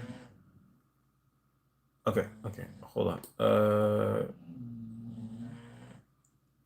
Why Chelsea asked this question can't be serious. Chelsea is a friend. Chelsea is a friend. I love Chelsea. Uh, she was joking. She's making a joke. Chelsea's great. She actually makes videos as well. explaining gang stalking, and she's really good at it. So everybody say hi to Chelsea. Everybody tell Chelsea that she's loved and welcomed. And uh, Chelsea's our cousin. Hopefully, she's still here. Chelsea's my cousin, and she looks like my cousins. She looks like she's related to me. So I love Chelsea. We love Chelsea. Completely correct. This world is hell, a training ground for eternity. Yes, that's exactly how I view it. It's fine. It's all fine. Everything's gonna be fine. And even if it's not fine, that's fine. Because this doesn't matter. We live in hell. We make the best of it. That's it. We make the best of it until it's over. Don't take anything too serious. No one makes it out of here alive. You can't bring anything with you. It's all gonna be fine. Just enjoy your life. Do whatever you can to make it as good as you can. You know, heed great advice from people. Look at how people live their lives, and if you want to live the kind of life that they live, take their advice. And anyone who's not living the kind of life that you want to live, don't take their advice. And don't take anything too seriously. Don't take you know the judgment that people have towards you, or the bad treatment that people have for you. Don't take it seriously. It's not that deep. It doesn't matter. um Anyone who makes you feel uneasy, stop talking to them. No one deserves your energy. No one deserves your space. No one deserves to be, around you. Everyone has to earn it. And a very easy way to earn it is respect me. Respect me at all times. And if you don't respect me, you just don't get to be around me. It's not that big of a deal. It's not that deep. A lot of times, the way that these people operate when it comes to the whole gang stalking aspect and narcissistic abuse is they operate through ego, and they're trying to trigger your ego into fighting theirs. But my ego doesn't guide me. You know, my ego may speak to me and I may listen, but I don't obey my ego. I strongly encourage everyone to view it that way. You know, it's like none of this matters, but it just because it doesn't matter doesn't mean that you should just let go and whatever. Life doesn't matter. That's not what I mean when I say none of this matters. When I say none of this matters, what I mean is, what do you care what these people think? For me, the biggest issue that I had was that I was very hurt by people treating me badly because I wanted them to like me. I was a people pleaser, if you will. But nowadays, I'm just like, what do I care if you like me? I don't like you. What does it matter if you don't like me? What does it matter if you have venom for me? I don't even like you. I have nothing to envy of you. Anyway, these people go to church and pretend to be God-loving people. I'm sure the punishment for pretending is way worse than just not following God, using God as fake shield against your evil agenda. Ooh, you in trouble. uh, yeah, I agree. I don't think that there is punishment for not believing in God. I think there is punishment for not behaving in a godly fashion. Though I do believe in God, but I just think that people who believe in God and do the works of the devil, it's like you've got you've got another thing coming. Please watch as soon as you can. I will. Brave New World. Let me see the. Let me see the. Brave New World by. Brave New World movie? Well, I see Captain America. What Brave New World are you talking about? The Ellen? Sarah. Yeah, 100%. Yeah, Sarah's right. I pray I won't see them in heaven. You won't. Unless they repent. And if they do repent, then it's no big deal. Grace, mercy, everybody. Grace and mercy. Peter, chapter 3. verse 8 through 12. Do not reply to evil with more evil. Instead, offer them a blessing, offer them grace, mercy, forgiveness. Um, what they do with it is their business. Sometimes people need time to realize the error of their ways. Sometimes they never do, and they will go to hell. And it is what it is. But don't let corrupted souls corrupt your soul, because at that point it becomes a race to the bottom, and the world is bad enough already. That reminds me of a song I love by Moonwalkers. I'm afraid I'll go to heaven. I'm afraid I'll go to heaven. They can't go to heaven being that evil has to be paid for. I agree. You're just far behind. Yeah, I am far behind. You know how I know the perps left as soon as you put the mods in the chat? We're 21 likes and views. Yeah. Steve, that was exactly how it feels.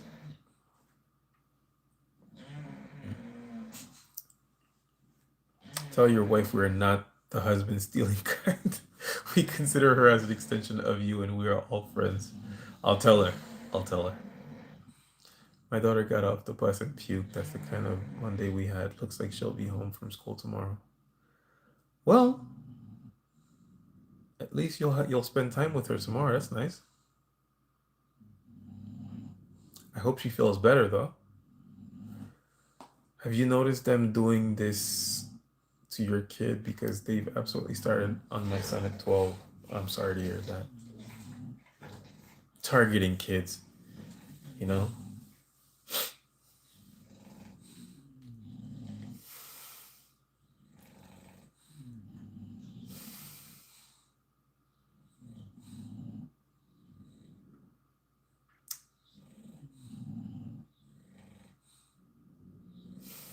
If you've joined an organization that is targeting children and you're not able to rethink, reconsider, perhaps these are not the good guys.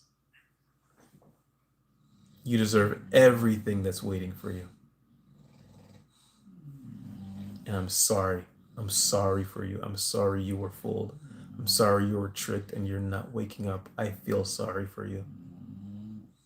I would not want to exchange positions.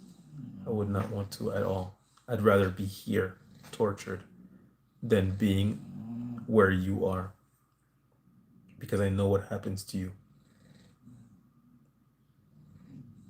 I talk to myself in my head because I feel isolated. Because I'm isolated, could do with some friends to talk to be honest. You have so many friends. You have 20 friends in the chat here. I'm your friend, dude. Steve, we're friends. Let me hold $20. God's people versus Satan's people have always been around. Man, nothing will turn you into, a believer faster than seeing the devil at work, seeing evil. It's crazy. Sometimes life is such a comedy, like the video, and watch Brave New World get the likes up. Brave New World movie, 1980. The 1980 movie.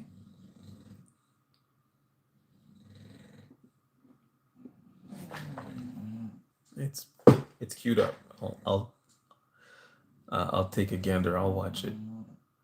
English is your third language. That's awesome. Yes, it is my third language. My first language is le français. Je parle français, French. My second language is Haitian Creole. Qu'on parle Creole. And my third language is English. And I'm trying to learn Spanish, Wolof, which is Senegalese, a Senegalese language, and Japanese. But my Japanese is much better than my Wolof, but not as good as my Spanish. Because they heard from a psycho you were the lowest of the low. Yeah, they've been fooled. Which is why it's very hard for me to be angry at them And it's very easy for me to not respond to evil with evil because I know they've been fooled. And I know I could very well be in their positions, not targeting someone and torturing someone because of what someone else told me, but I could be fooled into believing what a psycho is telling me. And yeah, I'm just I just feel sorry for them.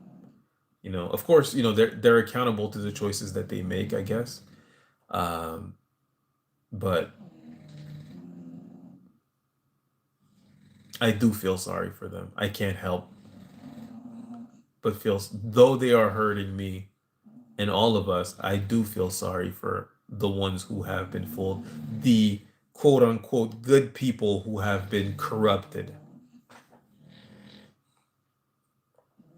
because not all of them are just like bad people that one day decide to go against someone. I've had plenty of situations where I was put in that situation where, someone came to me and told me like, oh, look, this person said this gossip about you in private messages with me, or this person did this. Can you believe how terrible they are? This person said that or did that to this other person. Can you believe it? No, look, we're gonna do this. We're sharing this thing online, and to mess with them. You should do it as well. And I'm just like, no, no. The worst I've done before is I saw someone talk about me needlessly to someone else in a not nice way. It wasn't really bad, honestly. It really wasn't that bad, but I was just like, I don't deserve that. Why would you talk about me like that? I've been here. I've been there for you before. I was a friend to you. Why would you talk about me like that? And I just decided to unfriend them and not talk to them anymore. And then like a week later, when they realized that I unfriended them and I wasn't talking to them anymore, they sent me a kind message saying, not apologizing or anything, but just saying like, "Oh, I referred to someone to you for your services and things like that." And I guess it was like their version of an apology, but I just didn't respond. I was like, "Why would you talk about me like that?" But never in a million years would I think I'm gonna get back at you.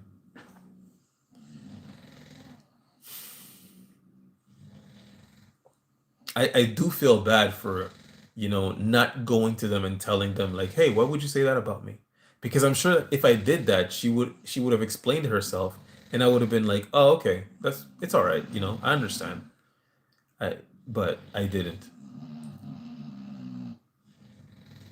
But it's a lesson. Now I know if it ever happens again, I would just go to you and talk to you and tell you, hey, why did you say that about me?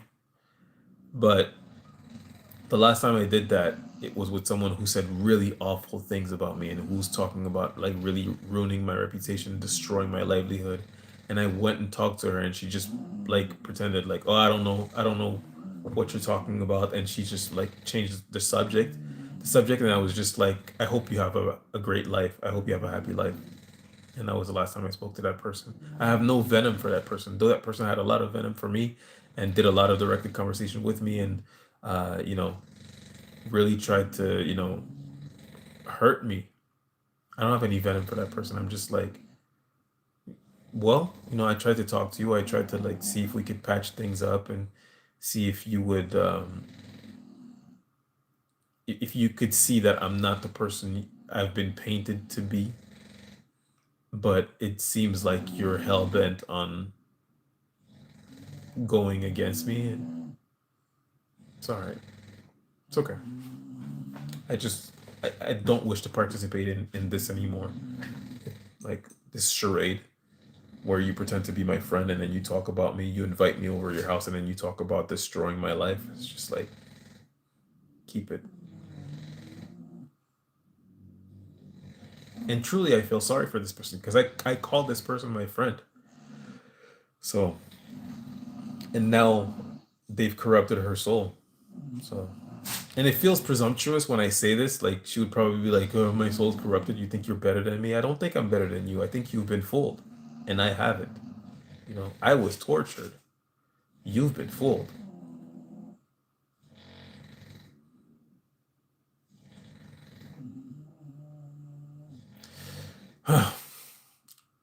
Steve, you can message me if you want. I'll be your friend. Hey, you got a new friend, Steve. Can't speak. Sometimes life is such a comedy. Like the video and watch Brave New World. Yeah. Thanks. Thanks. Yeah, like the video, guys. Helps the algorithm. Much appreciated. And if you go on my videos on my page, like hype the videos. Like if you like scroll, like you'll see like the comment section, and instead of like pressing it to open it up, just like scroll it to the side, and you'll see hype, like the word hype, and just hype the video. I guess it helps with the it helps get it up in the For You page. I would very much appreciate it, any kind of like support to get the word out to people. I know you guys got me. Thank you. Um, they might be getting money, but I've noticed that they're still poor. Yeah, every single person that participates in this is either tricked, given the carrot, or the stick. So they're tricked into thinking like, oh, you're doing a really good thing because this person is a danger to society, they're a danger to your community. And you have this really good person, this do-gooder, who's just like, well, I have to do my part and I have to do something. And they don't realize that they're being fooled. And these are the people I really feel sorry for, because some of these people are not being paid at all. They've just been told a horrible story about you, about something that you are rumored to have done, or that you have done, or that you're still doing, but there's no context around it. Like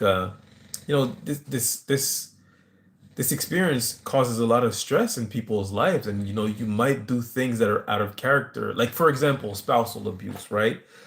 Personally, I have never done that. But I'm saying I wouldn't judge someone who um does who gives in to spousal abuse through going through this experience, especially if they don't even know what this is and what's happening to them, and they just have these constant uh, frustrations going on in their lives, and it's causing issues in their lives, and it turns into spousal abuse. And it's just like, people are human. You hurt someone, and you antagonize someone for decades. You can't be shocked if they do something that is you know out of their character. you know I just think it's important to give people grace and mercy, even the gang stalkers, right? But I'm just saying, like, I'm not saying I think this behavior is acceptable. It's not.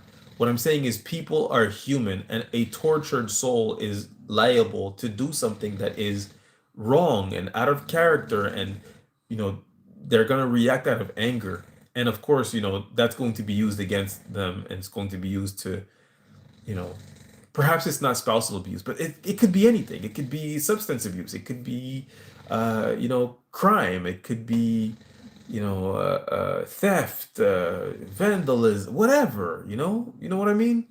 It's just, don't be so quick to judge people. And if you are quick to judge people, don't be so quick to be the executioner of their of their crime, I guess, or their wrong deeds, right? It's like, the people who are doing all these things toward me, I would never do anything to any of you, right? Um, because I know that some of you are fooled, and you don't actually deserve my retaliation. And I know that those who deserve my retaliation, I don't need to worry about you, because God hands down justice. Peter says it in chapter 3, verse 8 through 12. You know, God hands out justice, and he'll take care of it. Bring it to him. Bring it to his court. It's not in your hands. You're not God. And it's important not to put yourself in that position, because that's what Lucifer did. And this is why I constantly say this program is diabolical. It's Luciferian, because that's what Lucifer does. Lucifer pretends he's God. So don't put yourself in the position of God. You don't get to hand out justice to people. I hope these words bring you some kind of peace and comfort.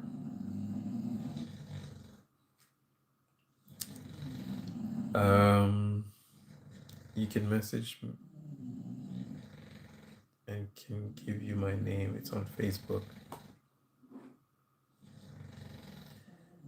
V2K is non-sound as they speak through you, and V2K, you can hear voices, people talking, the live commentary. We are all writing. Sorry, I'm on Facebook. You can get it from the War Against Narcissism, or you can get it here towards the end if the watchers don't jump up. Who's that sleeping good in the background? My bulldogs. They're snoring. They're snoring a storm right now. It's crazy. I think you're way behind. I am. Sorry. I don't know what Twan is. Twan is the War Against Narcissism. It's moi. C'est moi. I wish it was me sleeping good. I got the creep squad banging my bed from the apartment downstairs and zapping me with... Dang. I'm sorry to hear that, Sarah. I will never understand. His Facebook is the same name. Yeah, I'm the War Against Narcissism everywhere. On TikTok, on Facebook, on Instagram, and on YouTube. The War Against Narcissism.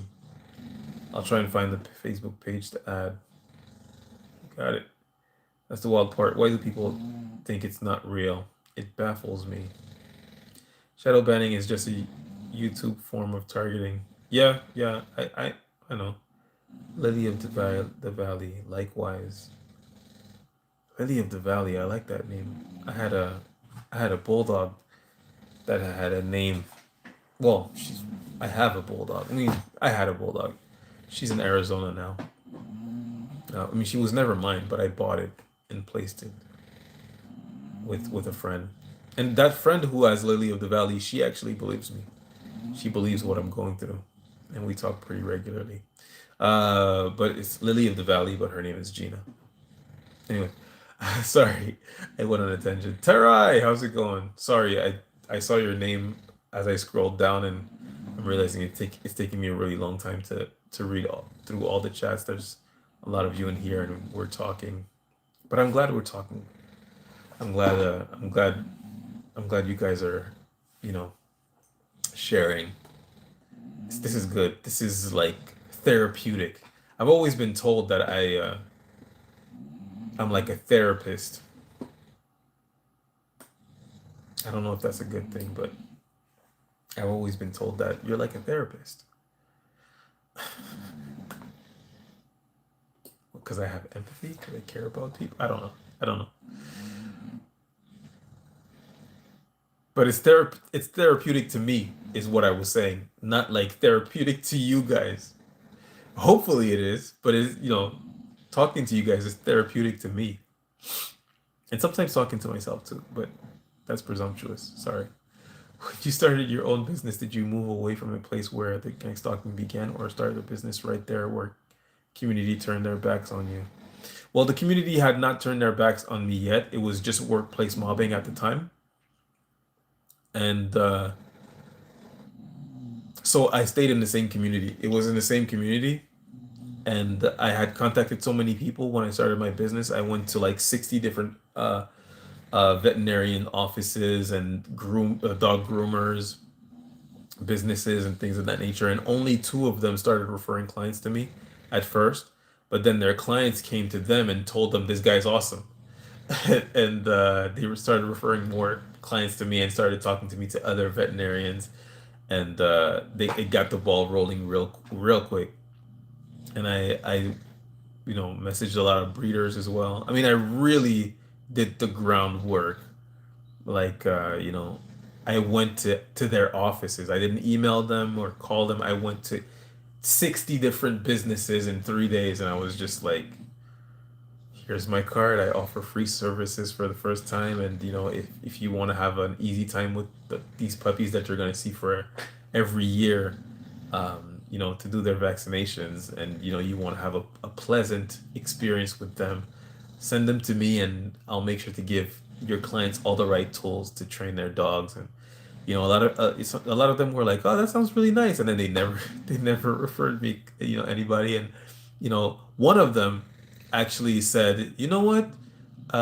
Tell me where your business is. I'm gonna come visit." And she came to visit. She's a vet. Her and her husband, they came to visit, and they were like, treat me like I was a client. Give me your speech and your class and all of that. And she referred me the most client. And then there was another vet that was she used to be my vet at the time.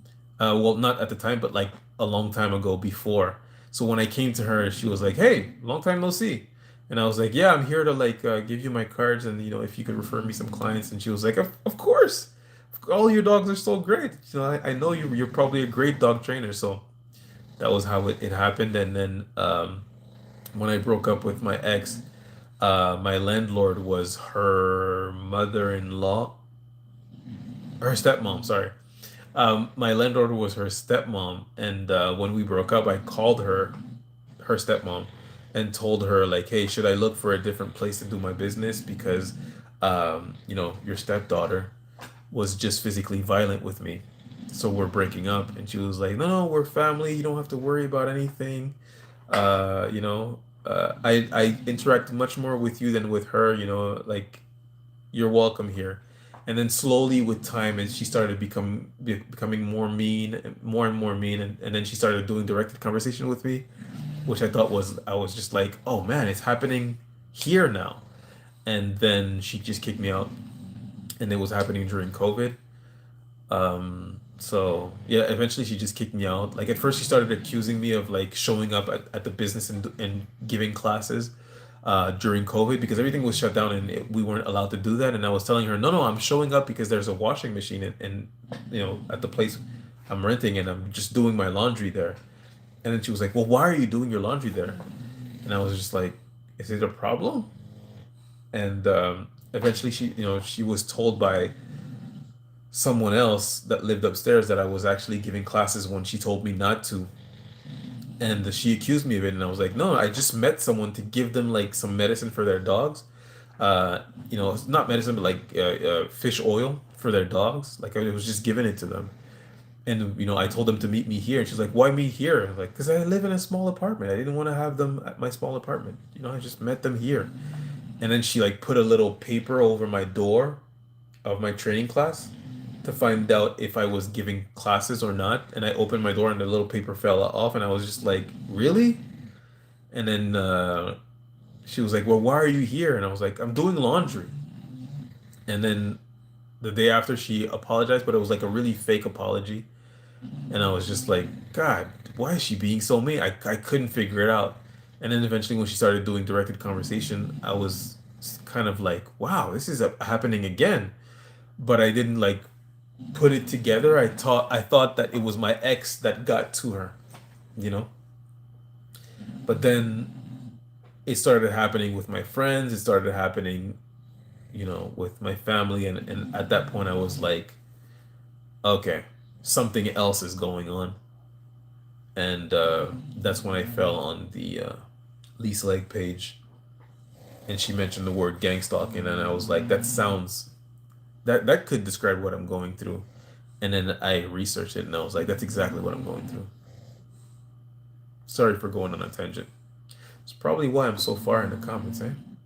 Sorry. I'm getting to spread the news. It needs to be told so that this underground secret society of people. Yeah, it's important to raise your voice and speak up, and show your face. I think it's important I mean, I'm not telling you to do anything, but I think it's important that we show our faces when we speak up and let people know I'm real, this is happening to me. Because you can deny one person as like insane, but if all of us stood up, every single one of us stood up and said, "Look, this is happening. Like it or not, this is happening, and this could happen to you, and it probably already is, and you don't even know." You know? So people will start to investigate out of self-interest. You have to be a little Machiavellian, I guess. I'm trying to find a way to start over as much as possible. Well, let's spitball. What are you thinking? What does it mean when groups of people copy you, act like you? It means they're pretty immature. I had a guy jump from around the corner and go, haha, and watch me track me in his phone. They are tracking me in real time. Organized stalking is illegal. It sure is. I have a hard time understanding the mental. Well, that's not true. I have a hard time accepting the fact that people like this exist. They want to feel like they have control over someone. Yeah, 100%. I reported a TSA agent gang stalking while at work. I just have people tracking me in real life, in real time via a phone app. They will place themselves at locations that I arrive or leave and take video. Yeah, I've dealt with that as well. They don't have the same rules as us. They are the law, so they think they're above it. Yeah, I mean, gang stalking is illegal, but when it comes to what the FBI is doing, or this FBI ran operation, it's not actually illegal. Isn't that messed up? It's not actually illegal to do what they're doing because the Patriot Act was signed and you're on the list. Technically, the only, well, I mean, it is illegal. If we're gonna get technical, it's illegal because you don't belong on the list. But since you're on a list right now, the actions are not illegal right now. It can only become illegal if you prove that you don't belong on the list, which is like, how do we even do that? I'm trying to find a way to start over as much as possible. That's spitball. Sorry. But these aren't police officers. I have housekeep stalking me at hotels. Yeah, but if they are recruited through the program, then they become sort of like confidential informants, Like once you're sort of recruited, you are them. You have their protections, legally speaking. So, yeah. Also, I travel for work, so this is, of course, state lines. Doesn't matter what state that I'm in. There is a stalker. So is this federal? It is. It already was federal. The federal government is handling all of it. So even if it wasn't across state line, it was already federal. Federal Bureau of Investigation. It's federal. Control fear, guilt, shame. Yes. The whole gang stalking program is just built on trying to make you feel fear, guilt, and shame because you become easier to control when you feel fear, guilt, and shame. So if they can't make you feel fear, they'll try to make you feel guilt and shame for something that they caught you doing, right? Let's say you were unfaithful to a boyfriend or a girlfriend, or like for example, for me, the gang stalking ramped back up because it had stopped for a little while and then it ramped way up when I became unfaithful to an ex-girlfriend of mine. And I don't want to make it seem like I'm like an unfaithful guy. I'm not. What happened was I was in a relationship with a narcissist for about, I think it might have been 10 years at the time, something like that, maybe 8 or 10 years at the time. And I was very unhappy, which is not an excuse to cheat, but I didn't cheat physically as much as I cheated emotionally. Like I didn't engage in any, acts of whatever, like physical with anyone. It was really more emotional, but I still consider that to be cheating. So I call it cheating. And when that happened, it ramped all the way up. So they saw an opportunity to control me through guilt and shame, and they just figured, let's go. because the fear was no longer working. So they went, okay, let's go with guilt and shame. And at the moment, most of the gang stalking is built around guilt and shame as well. Again, for something else, but it's just I don't feel guilt and shame. I've come to the realization that I was under psychological warfare. So the things I did, I attribute not to my character, but to the fact that I was being tortured, you know? So they, of course, they will try to convince you that, you know, you should be ashamed or whatever, but I just look at it like what I did is minor in comparison to what you're doing to me, and it's not like you started doing it to, you started my torture because I did something. You started my torture because some guy on the internet got pissed off because we had a disagreement or an argument or whatever, and he had power to put me on a list. So I just don't take any guilt or shame. I don't hold any of it. I'm not ashamed of, you know, behaving badly um, while under torture. The only shame that I feel is that I was unfaithful to an ex-girlfriend. And the truth is, I feel like she deserved it. But I still feel like the behavior itself is wrong and I shouldn't have done it. Even if there was nothing physical, um, cheating emotionally is super wrong, and there's really no excuse for it. Like I feel shame for that, but I've forgiven myself. You know, I've forgiven myself. I move on. I've become a better person. I've become the type of person who would never, not only never do this again, but also who would never allow themselves to stay in a situation where I even felt the need to do that. If I'm in a relationship with someone who's making me unhappy and who's abusive towards me, who doesn't respect me, who doesn't consider me, you know, I would just leave. I would just be like, well, I don't, respect is not negotiable. If you don't respect me, I'm just leaving now. So I do feel that I've learned my lesson. I made the mistake. I've learned my lesson, yeah, and I move on, and I forgive myself. I give myself grace, and that's it. So yeah, sorry for rambling. Housekeepers and randoms don't have an app to track you. The law does, though. Yeah, it's strange and unusual. Strange and unusual, isn't it, though? Never respond to a narcissist. Never react to a narcissist. Never react to a narcissist. What does it mean when groups of people copy you, act like you? Hmm.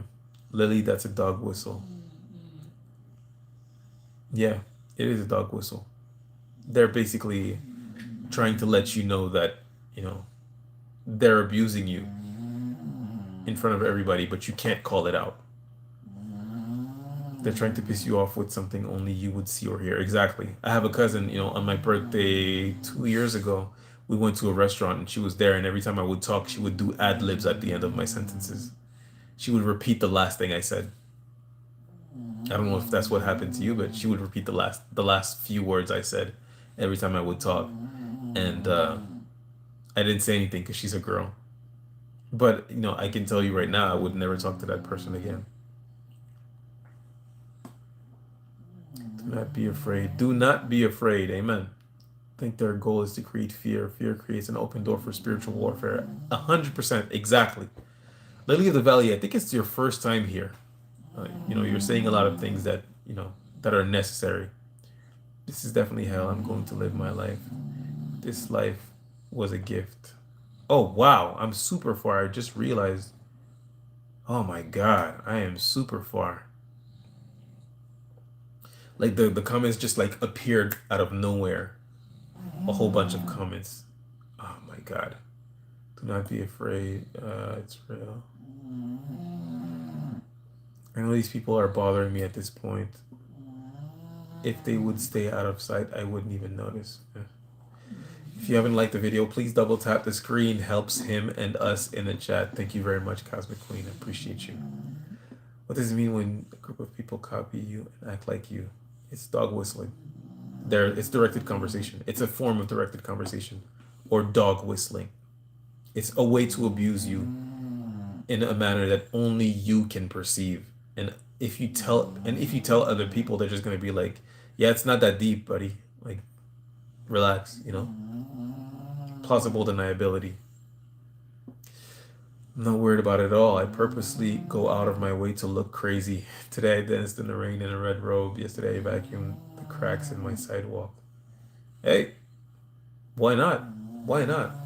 Don't take this life too seriously. That's good, Cosmic Queen. That's what I say. Don't take this life too seriously. Do what makes you happy.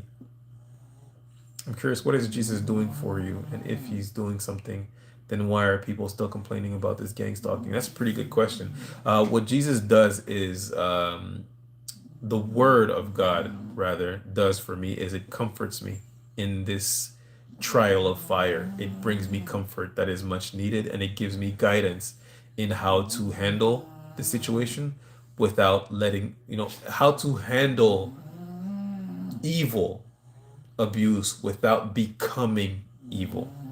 I hope I answered your question. Doesn't it mean that you have gang stalkers trying to get your attention? No one is better than anyone else. No, that's right. I'm better than a gang stalker. Can I say that? I don't know if you agree. I think I'm better than these people. And I think we're all better than these people. And it's funny because they think they're better than us. Life is funny that way. But maybe you're right. Maybe no one is better than anyone else. I know the only thing that I know is I would never abuse someone because I think I'm better than them. That's just crazy. Imagine calling me a terrorist and I'm just over here taking my pet rat first. Hey, that's some funny stuff, right? You're a comedian. Or checking in late to the congregation, just left the Rockets game to get things off my mind. Nice. The Houston Rockets. What a team. Nice. I hope you had a good time, man. Do not let the ego guide me. I am so far. Oh my God. She's a danger as I sing to the flowers. We are just normal Americans. I read the book, saw the movie, Brave New World. Far from normal, I do find it hilarious to troll trolls, though I do lay it on thick intentionally. Why not? Why not? One life to live. Jesus teaches how to be patient during abuse. The meek will inherit the earth. God is not punishing the wicked right now because he is giving them time and space to repent. God is more focused on correcting his own people. Yeah. The same way I always say you deserve grace and mercy, gang stalkers also deserve grace and mercy because some of them will come to realize that they made a mistake and they deserve the grace and mercy to change and do better and to right their wrongs. Right? I mean, I know we hate to view it that way because, yeah, but these people are hurting me. But they're people. They're just people. And some of them, not all of them, and perhaps not most of them, but some of them will come to realize that, they've strayed away from the grace of God. And we all stray away from the grace of God sometimes, don't we? Aren't you glad to have the opportunity to come back into God's grace? Don't you think that everyone deserves that opportunity? I love that, what you said. I want truth. That was a great answer. There's no reconsideration. They're cowards. I feel that way sometimes, but then when I'm no longer mad, when I'm no longer upset, I think the way that I just talked about. I was a child when my gang stalking started. I'm 37 now. Jesus. I pity the fool. Cosmic Queen, you are the fool. Psalms 34:91 reminds us that God protects his children from all dangers, physical, spiritual, seen and unseen. Remember to pray through confusing and scary times. Yeah, I really do, though. They have no idea if you were really a threat or a horrible person like that. Why would you go near me, let alone do it so recklessly? Yeah, I think I used to think that way, and I did, and I still do. You know, it's like if you really think I'm a threat and I'm a danger to society, aren't you afraid that I'm gonna hurt you? Because you're doing directed conversation with me, and I know what directed conversation is. Aren't you afraid I'm going to hurt you badly, since you think I'm a danger to society? But the reason why they feel encouraged to do these things is because they're in group. It's mob mentality. If they're singled out, they turn into the cowards that they are. And you'll notice this often, when people get followed, they'll pull out their phones and start filming, and then people just walk away. Or if you confront them, usually they'll just like drive off or just go away. They're cowards. They're cowards. It's definitely slander involved. Yeah. Envy that you don't care. Jealousy is terrible emotion. It sure is, huh? It sure is. Well, I get that you've been manipulated. You're either evil or dumb AF because you think I'm a bad person, right? What makes you think I won't be? Because I have and I will again. That's what I'm saying. That's what I'm saying, they're emboldened because of numbers and because they have some law enforcement agency behind them. That's why. That's one of the reasons why it's a big issue. I'm pretty sure my phone and devices is tapped. I'm being stalked in real time. If it's any consolation to you in real life, Edward Snowden has confirmed that the NSA has tapped into all of our phones. We are all being hacked. All of us. Everybody. So, you heard I'm so scary and you want to come play in my face. You're just evil. I do pity you. You're stuck like that. I've grown out of concrete. Yeah. Yeah. It's just important to remember to give them grace, give them mercy. Don't respond to evil with evil. Perhaps one day they come to realize their error of their ways, and perhaps they don't and they go to hell. But that's God's business. Give it to God. Somebody say amen. They're not messing with you because they think you're crazy. They know you are not crazy. I've just noted the hype, but I used all mine for the week already. Thank you. Thank you very much. I appreciate it. Should not even have access to phone controls. Dude is so bitter and jealous. They must be getting compensated because they are all available at any time. I've started planning last minute, but they are still here. They work in shifts. They do work in shifts. They do. They do. There are so many of them. There are. And you got to figure with this bad economy, they've created the sort of perfect storm for this. And the same thing was happening with Zaxatzon, which was the exact same program that's being run here, just without the internet. There was such extreme poverty from 48 until 89 in East Germany that people just saw it as a great opportunity to make a little bit of cash. And they were like, well, he's a bad guy anyways. Like, I'm gonna throw him under the bus and feed my family and whatever. And it's all intentional, all of it. There's no coincidence.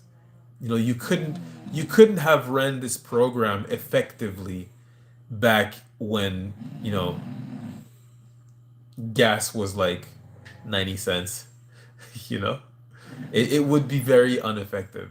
People would just be like, well, I don't need it. Like, you could only hire like substance abusers or homeless people, things of that nature, and it would not be as effective. But if you create a situation where you have effectively destroyed the middle class, then people will do nefarious things in order to feed their families, including throw their fellow men under the bus and commit crimes against them.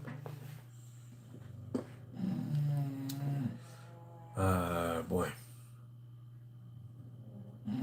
It's vigilante justice. That's exactly what it is. God is correcting his own people right now, not Satan's people. They want to be God so bad. Indeed, brother, did your perp honey trap program you because my side here is not getting the response they want from me? So they keep love bomb gaslight me entire day. I don't know. I don't know. I don't pay any mind to it. I don't pay any mind to anything that they do. It's not that deep. Want to be God and doing a bad job, by the way. I want truth. God doing the feds what the feds do to people they're trying to trap is hilarious, setting them up to break spiritual law over and over and over. So there's a bigger case. Yeah. Yeah, that's really their goal. Their goal is to turn you into a criminal. That's what they want. It is therapeutic for me too. You do have a calming effect because I be getting riled up sometimes about how I'm going to sue this psychopath. Cosmic Queen in real life 25. You guys are hilarious. Hilarious. I needed the laughs. You guys are very funny. Therapist is hard job listening to off the wall narratives. Woo! Yeah, but I'm not a judgmental person, you know? So people feel very comfortable in telling me things. And I feel comfortable talking about, the things I've done wrong, like cheating on my girlfriend. And I know for a fact that like a lot of people hear that and they just go, mm-mm, mm-mm, mm-mm. No excuse. No excuse.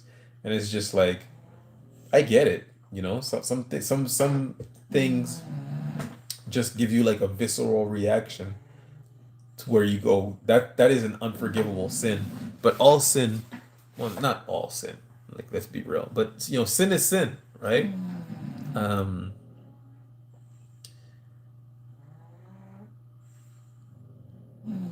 the saying that relates to the situation is Peter had a bad day, Judas had a bad heart, right?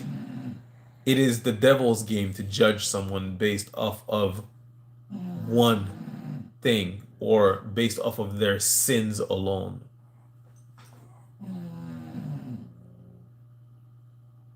I wouldn't judge someone for sinning. I judge someone for being rightful or for their righteousness in their sin, feeling righteous in their sins.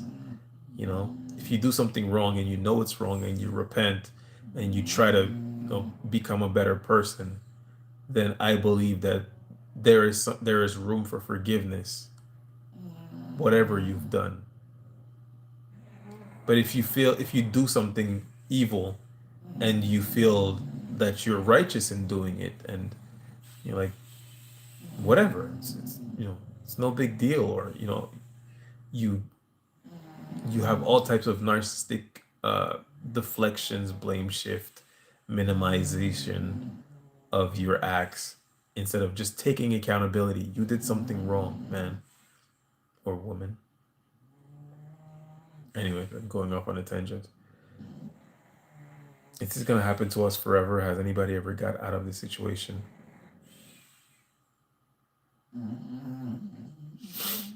I don't know. I don't know if it's gonna happen forever. I know some people who've gotten themselves out of that situation, but their situation was a little different. They were being gang stalked by the security team of eBay. Look into that when you get a chance. Just go on Google, write gang stalking eBay.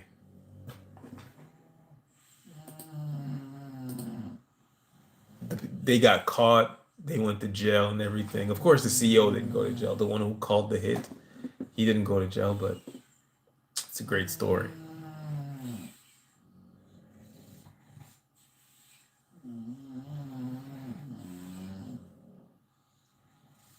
No names in the chat, guys. Yeah, no names. No names. No names. No names. Say that again about spiritual law. Most people don't know about spiritual law. I mentioned this a year ago. The feds who are playing God are playing exactly like God does. They get every opportunity to do right or dig deep, just like how they do when the feds are building a case, they watching everything. Yeah, the only difference is that the feds are not giving you an opportunity to do right. They're usually going to nudge you into doing wrong because their goal is to make arrests. They let you keep breaking the law, dude. They can get you on bigger charges. Yeah, there you go. At least more charges because not all of them are gonna stick, especially if you can argue you were illegally surveilled. Yeah, yeah, yeah. They're not good people. Every night my bed shakes and I noticed I'm starting to lose skin on my hands. My teeth getting loose. Is there anything I should be worried about, like major? I'd go see a doctor. These symptoms sound pretty serious. They use that on Myron May. What, directed energy weapons? Instead of focusing on gang stalking, it's best to work on self and get over any fear, guilt, or shame, and they cannot have any control of you. 100%. That is true. I talk here about gang stalking, but what I'm focused on is not getting vengeance and nothing negative. What I focus on a daily basis is how to make myself better, how to become a better person, how to make my situation better, how to give my wife a better husband. These are the things I focus on a daily basis. Of course, I do have my divine mission here that I focus on, but when you come to terms with the fact that there is a constantly growing army of people who are orchestrating your downfall and cannot wait for your downfall, you really have to join the the opposite team. If their goal is to destroy your life, your goal should be to build it up as strongly as you can and understand that even if they succeed in destroying it, now it's like, okay, well, give them more work to do, you know? And I'm okay with that. I mean, I'm not okay with that in the sense of like, I enjoy this, I'm just saying like, I accept it. I radically accept it. And I'm not saying I accept it as in this is good, this is how life should be. I'm just saying it is what it is. I accept my situation and I'm acting accordingly. I'm dealing with it accordingly. And I really think that it's important to focus on that, on just accepting this is happening. What do I do now? Right? And the only option is whatever they're doing, I'm going to work the opposite direction. The vibrating thing too. Oh boy, I'm really far. Again, these comments just appeared out of nowhere. Actually, maybe not. Wait, where was I?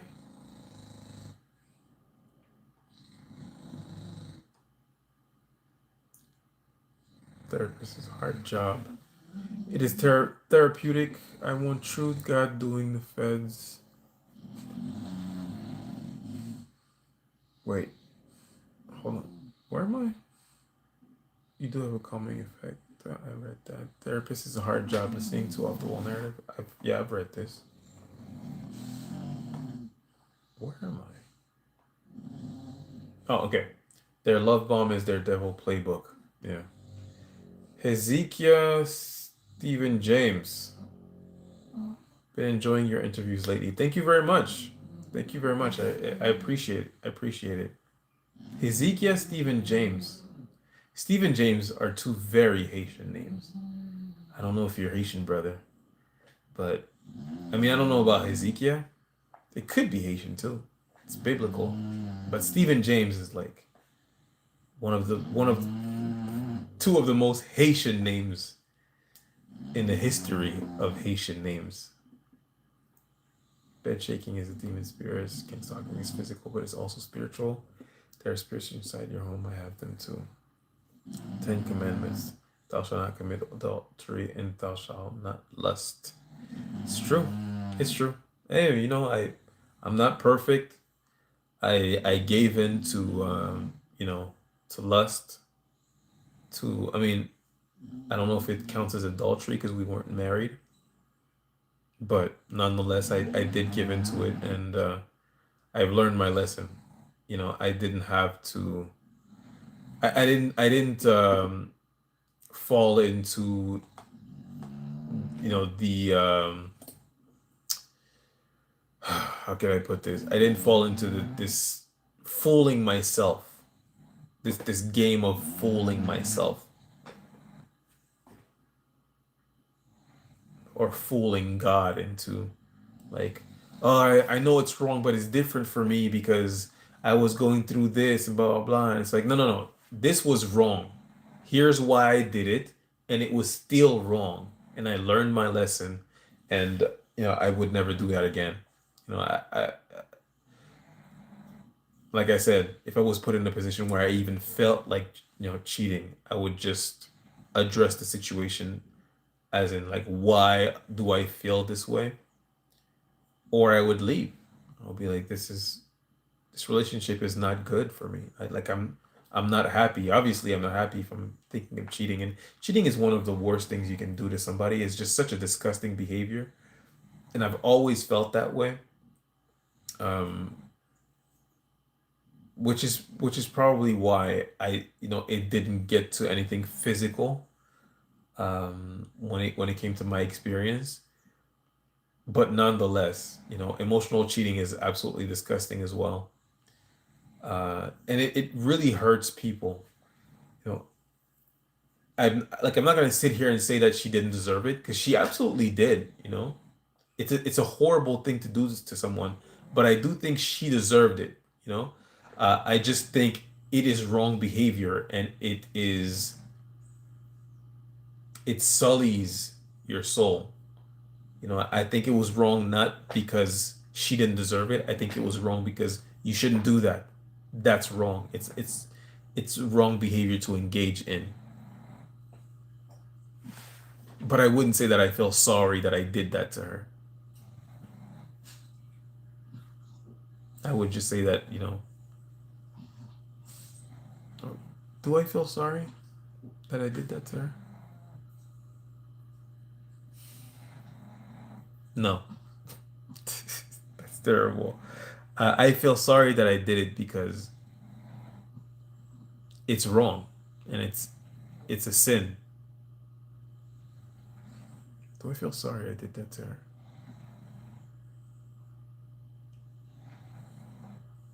Hmm.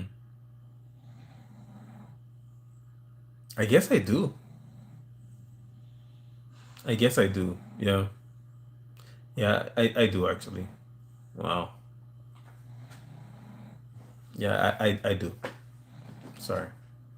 Never mind. I got directed conversation from weeks. Wait, what? Oh, weeks apart, but I've had a creepy directed combo from things I said as a child used on me as an adult. Been profiling me very. Yeah, that's creepy. There are historical records of a whistling brigade in Utah to make outsiders feel uncomfortable. Don't doubt it at all. Like the control thing again, I want to control someone, wonder who rules in their household. That's a good question. They have power in numbers, harassing one person. That's not a flex.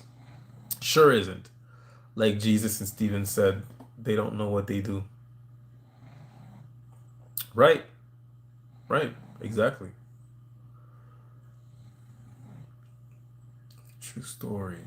They won't realize the error of their ways if they did, and they're too cowardly to literally bite the bullet because there's no reconsidering your actions with the gang. Yeah, that's true. They're stuck. They've sort of made their bed. But yeah, like I said, I feel sorry for them. I don't have much hatred towards them. I literally only feel sorry for them. Um, they're too scary to come at you, a person one on one. They're definitely not gonna turn on these people who have and will continue to murk whistle blowers. Yeah. Uh, you know,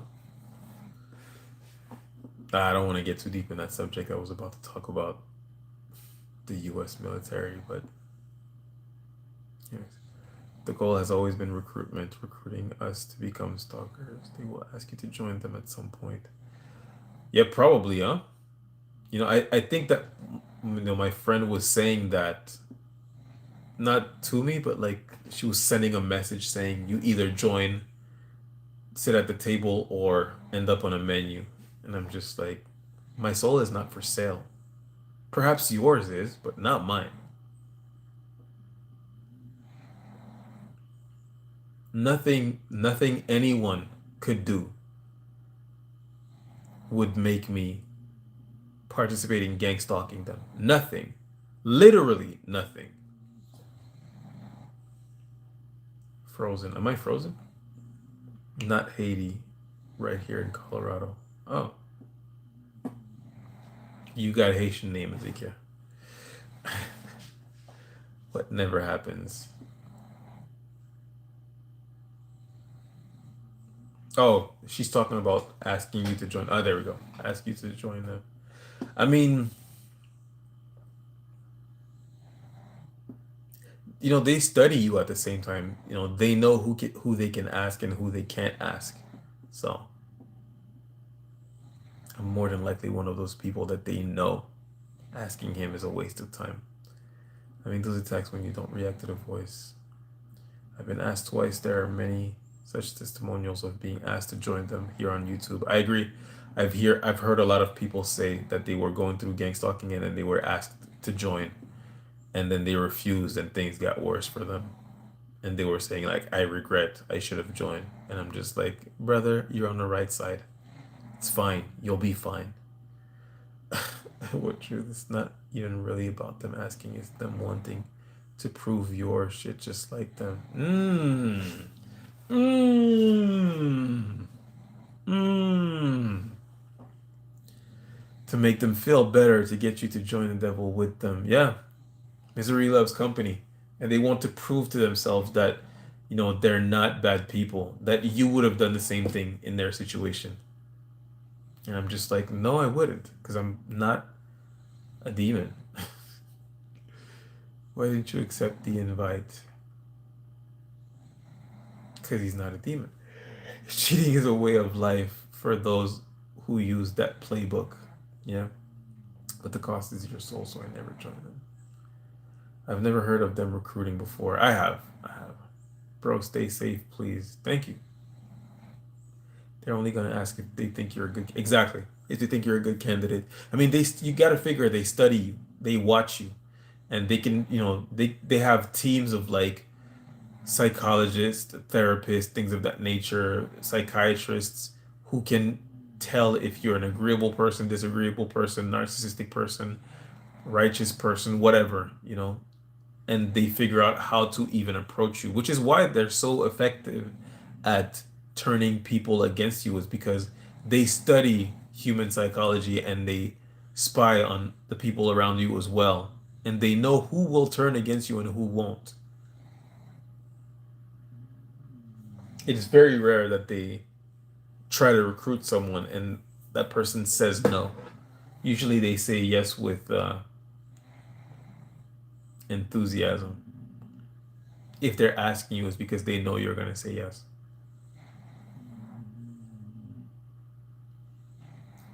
What would make someone a good candidate? There you go.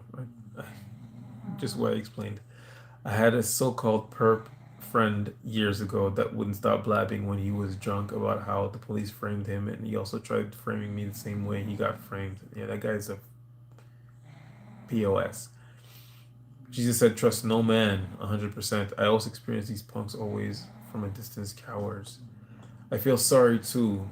Not only are they most likely evil and unable to change, but even if they want to, they're feeling like they gotta beg forgiveness and most likely be unalive behind it. For what shall it profit a man if he shall gain the world and lose his own soul? Can't take it with you. You can't take any of this with you. They know not to ask me. There is no way in hell, right? Good morning, lead follower. How are you doing? How are you? You missed a lot of jokes. Cosmic Queen and In Real Life 25 are super funny. I don't care if they're watching me. It's not nice when you're in that position and a single mom of three. It's pretty freaking evil. Sure is. Sure is. The fact that they target, I mean, the fact that they target single moms and children should tell you everything you need to know about who these people truly are. If you've joined them, good luck. Someone who's completely down bad with what it is as it is and knows that they won't be able to survive the next thing. Yeah. Yeah. I don't trust nobody. Sad world we live in. I'm watching them right now. Yeah. It is a side world. Why do you keep skipping my FBI comment? Uh, Possibly because it's not showing up. Would you be blind or deaf? Somebody block cold stuff for me. Just cuz. Just cuz. Block them. You're out of here. Bye. What are your thoughts on sleeper cells? What are sleeper cells? I don't know what sleeper cells are. I ain't joking. No one but God. Thanks for blocking sleepers. For blocking whoever I asked you to block. I appreciate it. Whoever blocked them, thank you. I always miss the best parts. I'm hanging in there. How are you? Well, we're blessed. We're blessed. God blows breath in our lungs every morning. We are truly blessed. And once He stopped blowing breath in our lungs, we'll be with Him and we'll be even more blessed. Until we are more blessed, we are still blessed, right? I hope you're doing fantastic, lead follower. I stay awake, making sure my children sleep in peace. Ay, ay, ay. I'm sorry you're going through that. The one he fumbled. I don't think I've seen you here before. How did you end up on this list? The one he fumbled. King Stalking is about creating sleeper cells.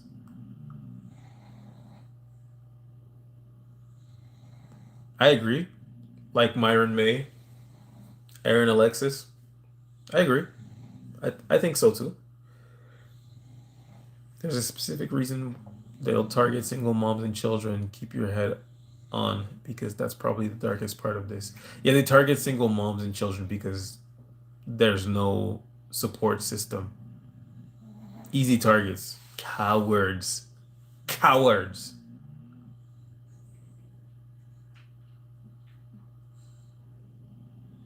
No support system. Easier to manipulate through fear, guilt, shame.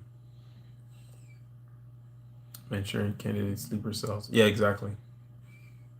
Yeah, a lot of it is about creating false flags so that they can take away your rights in exchange for a feeling of safety. You know, the US is about to become Canada and Australia. Austin, Texas. What? Current?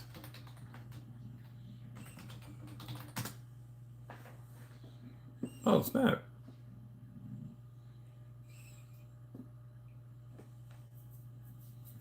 Oh, you mean 2 weeks ago?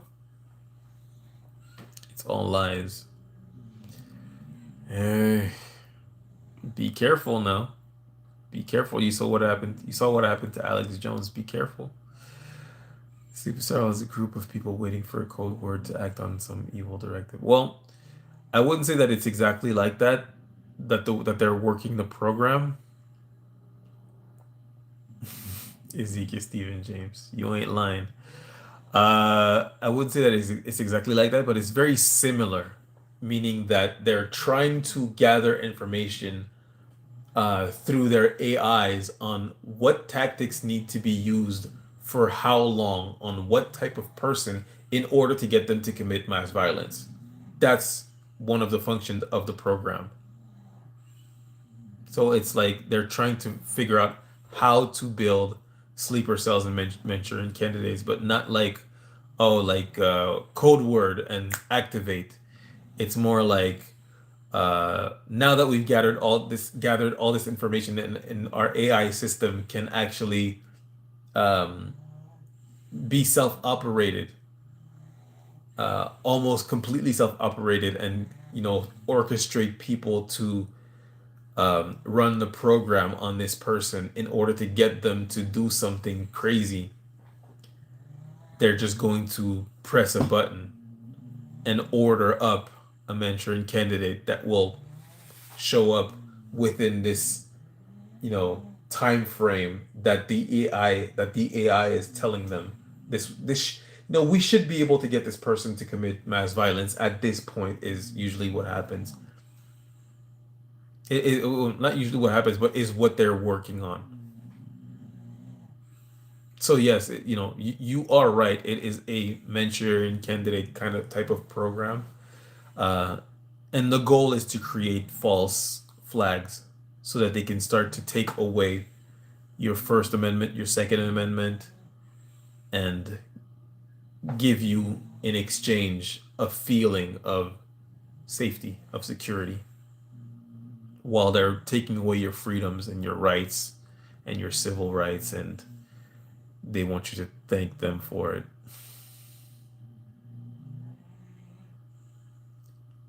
They will literally watch you almost freeze until you run alive. I locked myself out of my car, my phone locked in my car and said, almost did not make it. Wow. Well, I'm glad you're still here. Yeah, I mean, empathy is not something that they have. These people that don't have empathy. Alex Jones, who? Alex Jones. Alex Jones is the crazy guy that talks with the crazy voice, and then you listen to him and you're just like, this guy's nuts, and then you wait a couple of years and then you go, oh, he was right. Oh no. The best advice is God give peace. The dark won't steal peace. Yep. The best advice is God.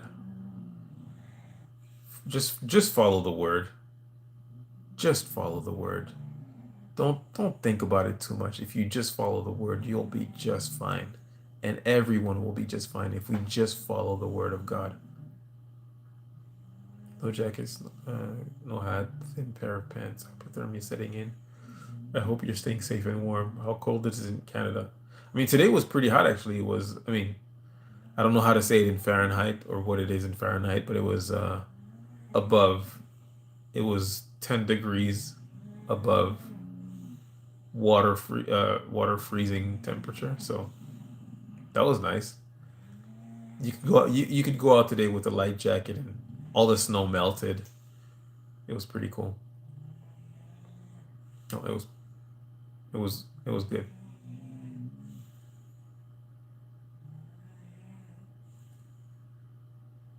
Where are you, elite follower? Russ Dizdar said there were sleeper cells to commit the Black Awakening, which will be like the Purge movies all at once. You know, if you told me that 2 years ago, I would have said, all right, buddy, take it easy. But the truth is, I believe everything you said 100%. 100%. I mean, make no mistakes. This is a mini purge.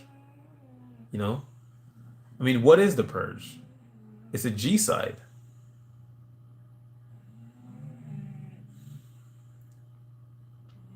The goal is to destroy this current system so they can bring a new system without any resistance. Again, if you told me that 2 years ago, I would have been like, chill, easy. Today, I believe that's exactly what is happening. It just keeps getting better and better. I just ordered the Black Awakening Chosen Ones. Cool. They unalive people. That's part of a program. They're pressing people to see how much they can torture you before you snap, like they did with ISIS, setting you up to take kids, inciting violence through you. Cosmic Queen, that's exactly what it is.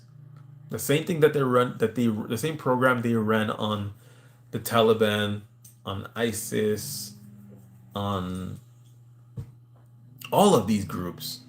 They're now doing it on a micro level. Or maybe they're not even doing it on a micro level. They're now doing it to us.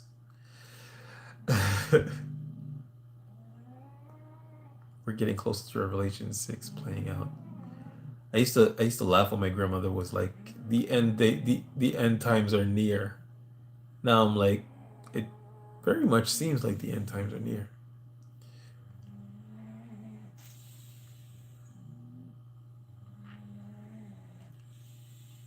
The darkness was waiting to do a slow takeover. You ain't never lied. 63. Most of it, though, is to see how much they can encroach before you snap so they can start doing it en masse. 100%, I do feel like a lot of these psyops that they say have a different reason to be are actually just test runs. Illinois just had snow and temperatures in single digits. Illinois is cold. The wind does not forgive. That wind will creep into the cracks of your coat and carve you up nicely.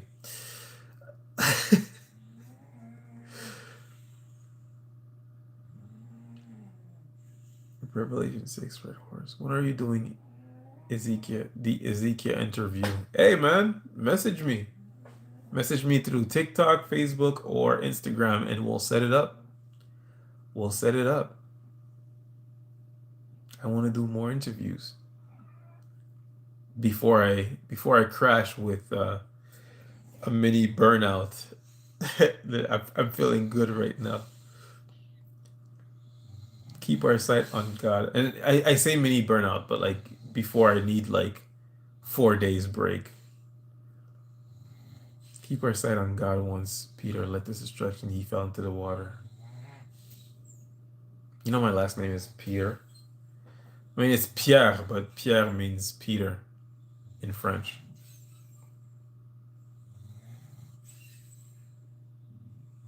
It's true. It's true. He fell into the water when he was distracted. And, you know, unfortunately, it was his last day. But as I say, Peter had a bad day. Judas had a bad heart. You could tell Judas was ready to like abandon him for a long time, replace him, even sell him out for a long time. Sometimes I think to myself, I actually thought about that, about the fact that when Jesus met Judas, he knew, and he still welcomed him with open arms. I actually cried when I thought about that. I'm sad right now. But though when Jesus met him, he was enthusiastic about meeting him and talking about him and sitting down with him, and he knew this man is going to sell me out. Nonetheless, that's what he did for us. We have to deserve it. We must show him that we deserve it. Thank you, Ezekiel. Like I said, message me. We'll do it. I'm doing an interview tomorrow, actually.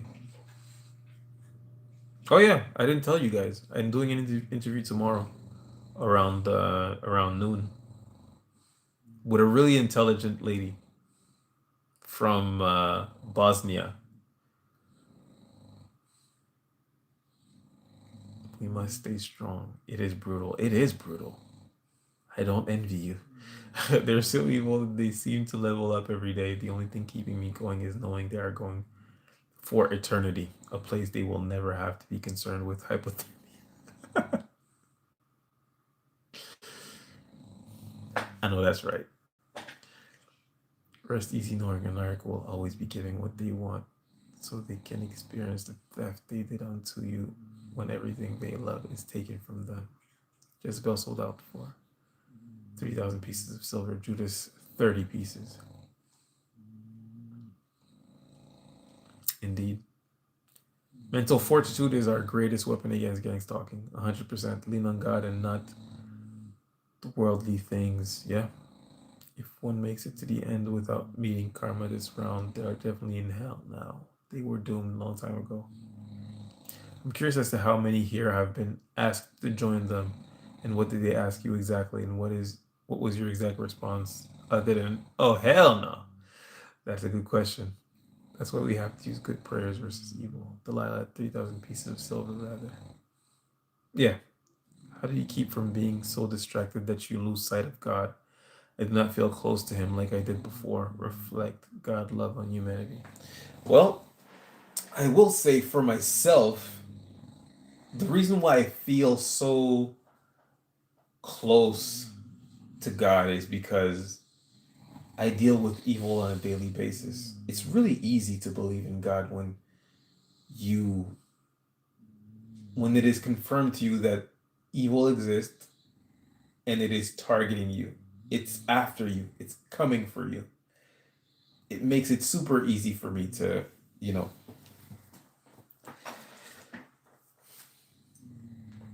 believe. And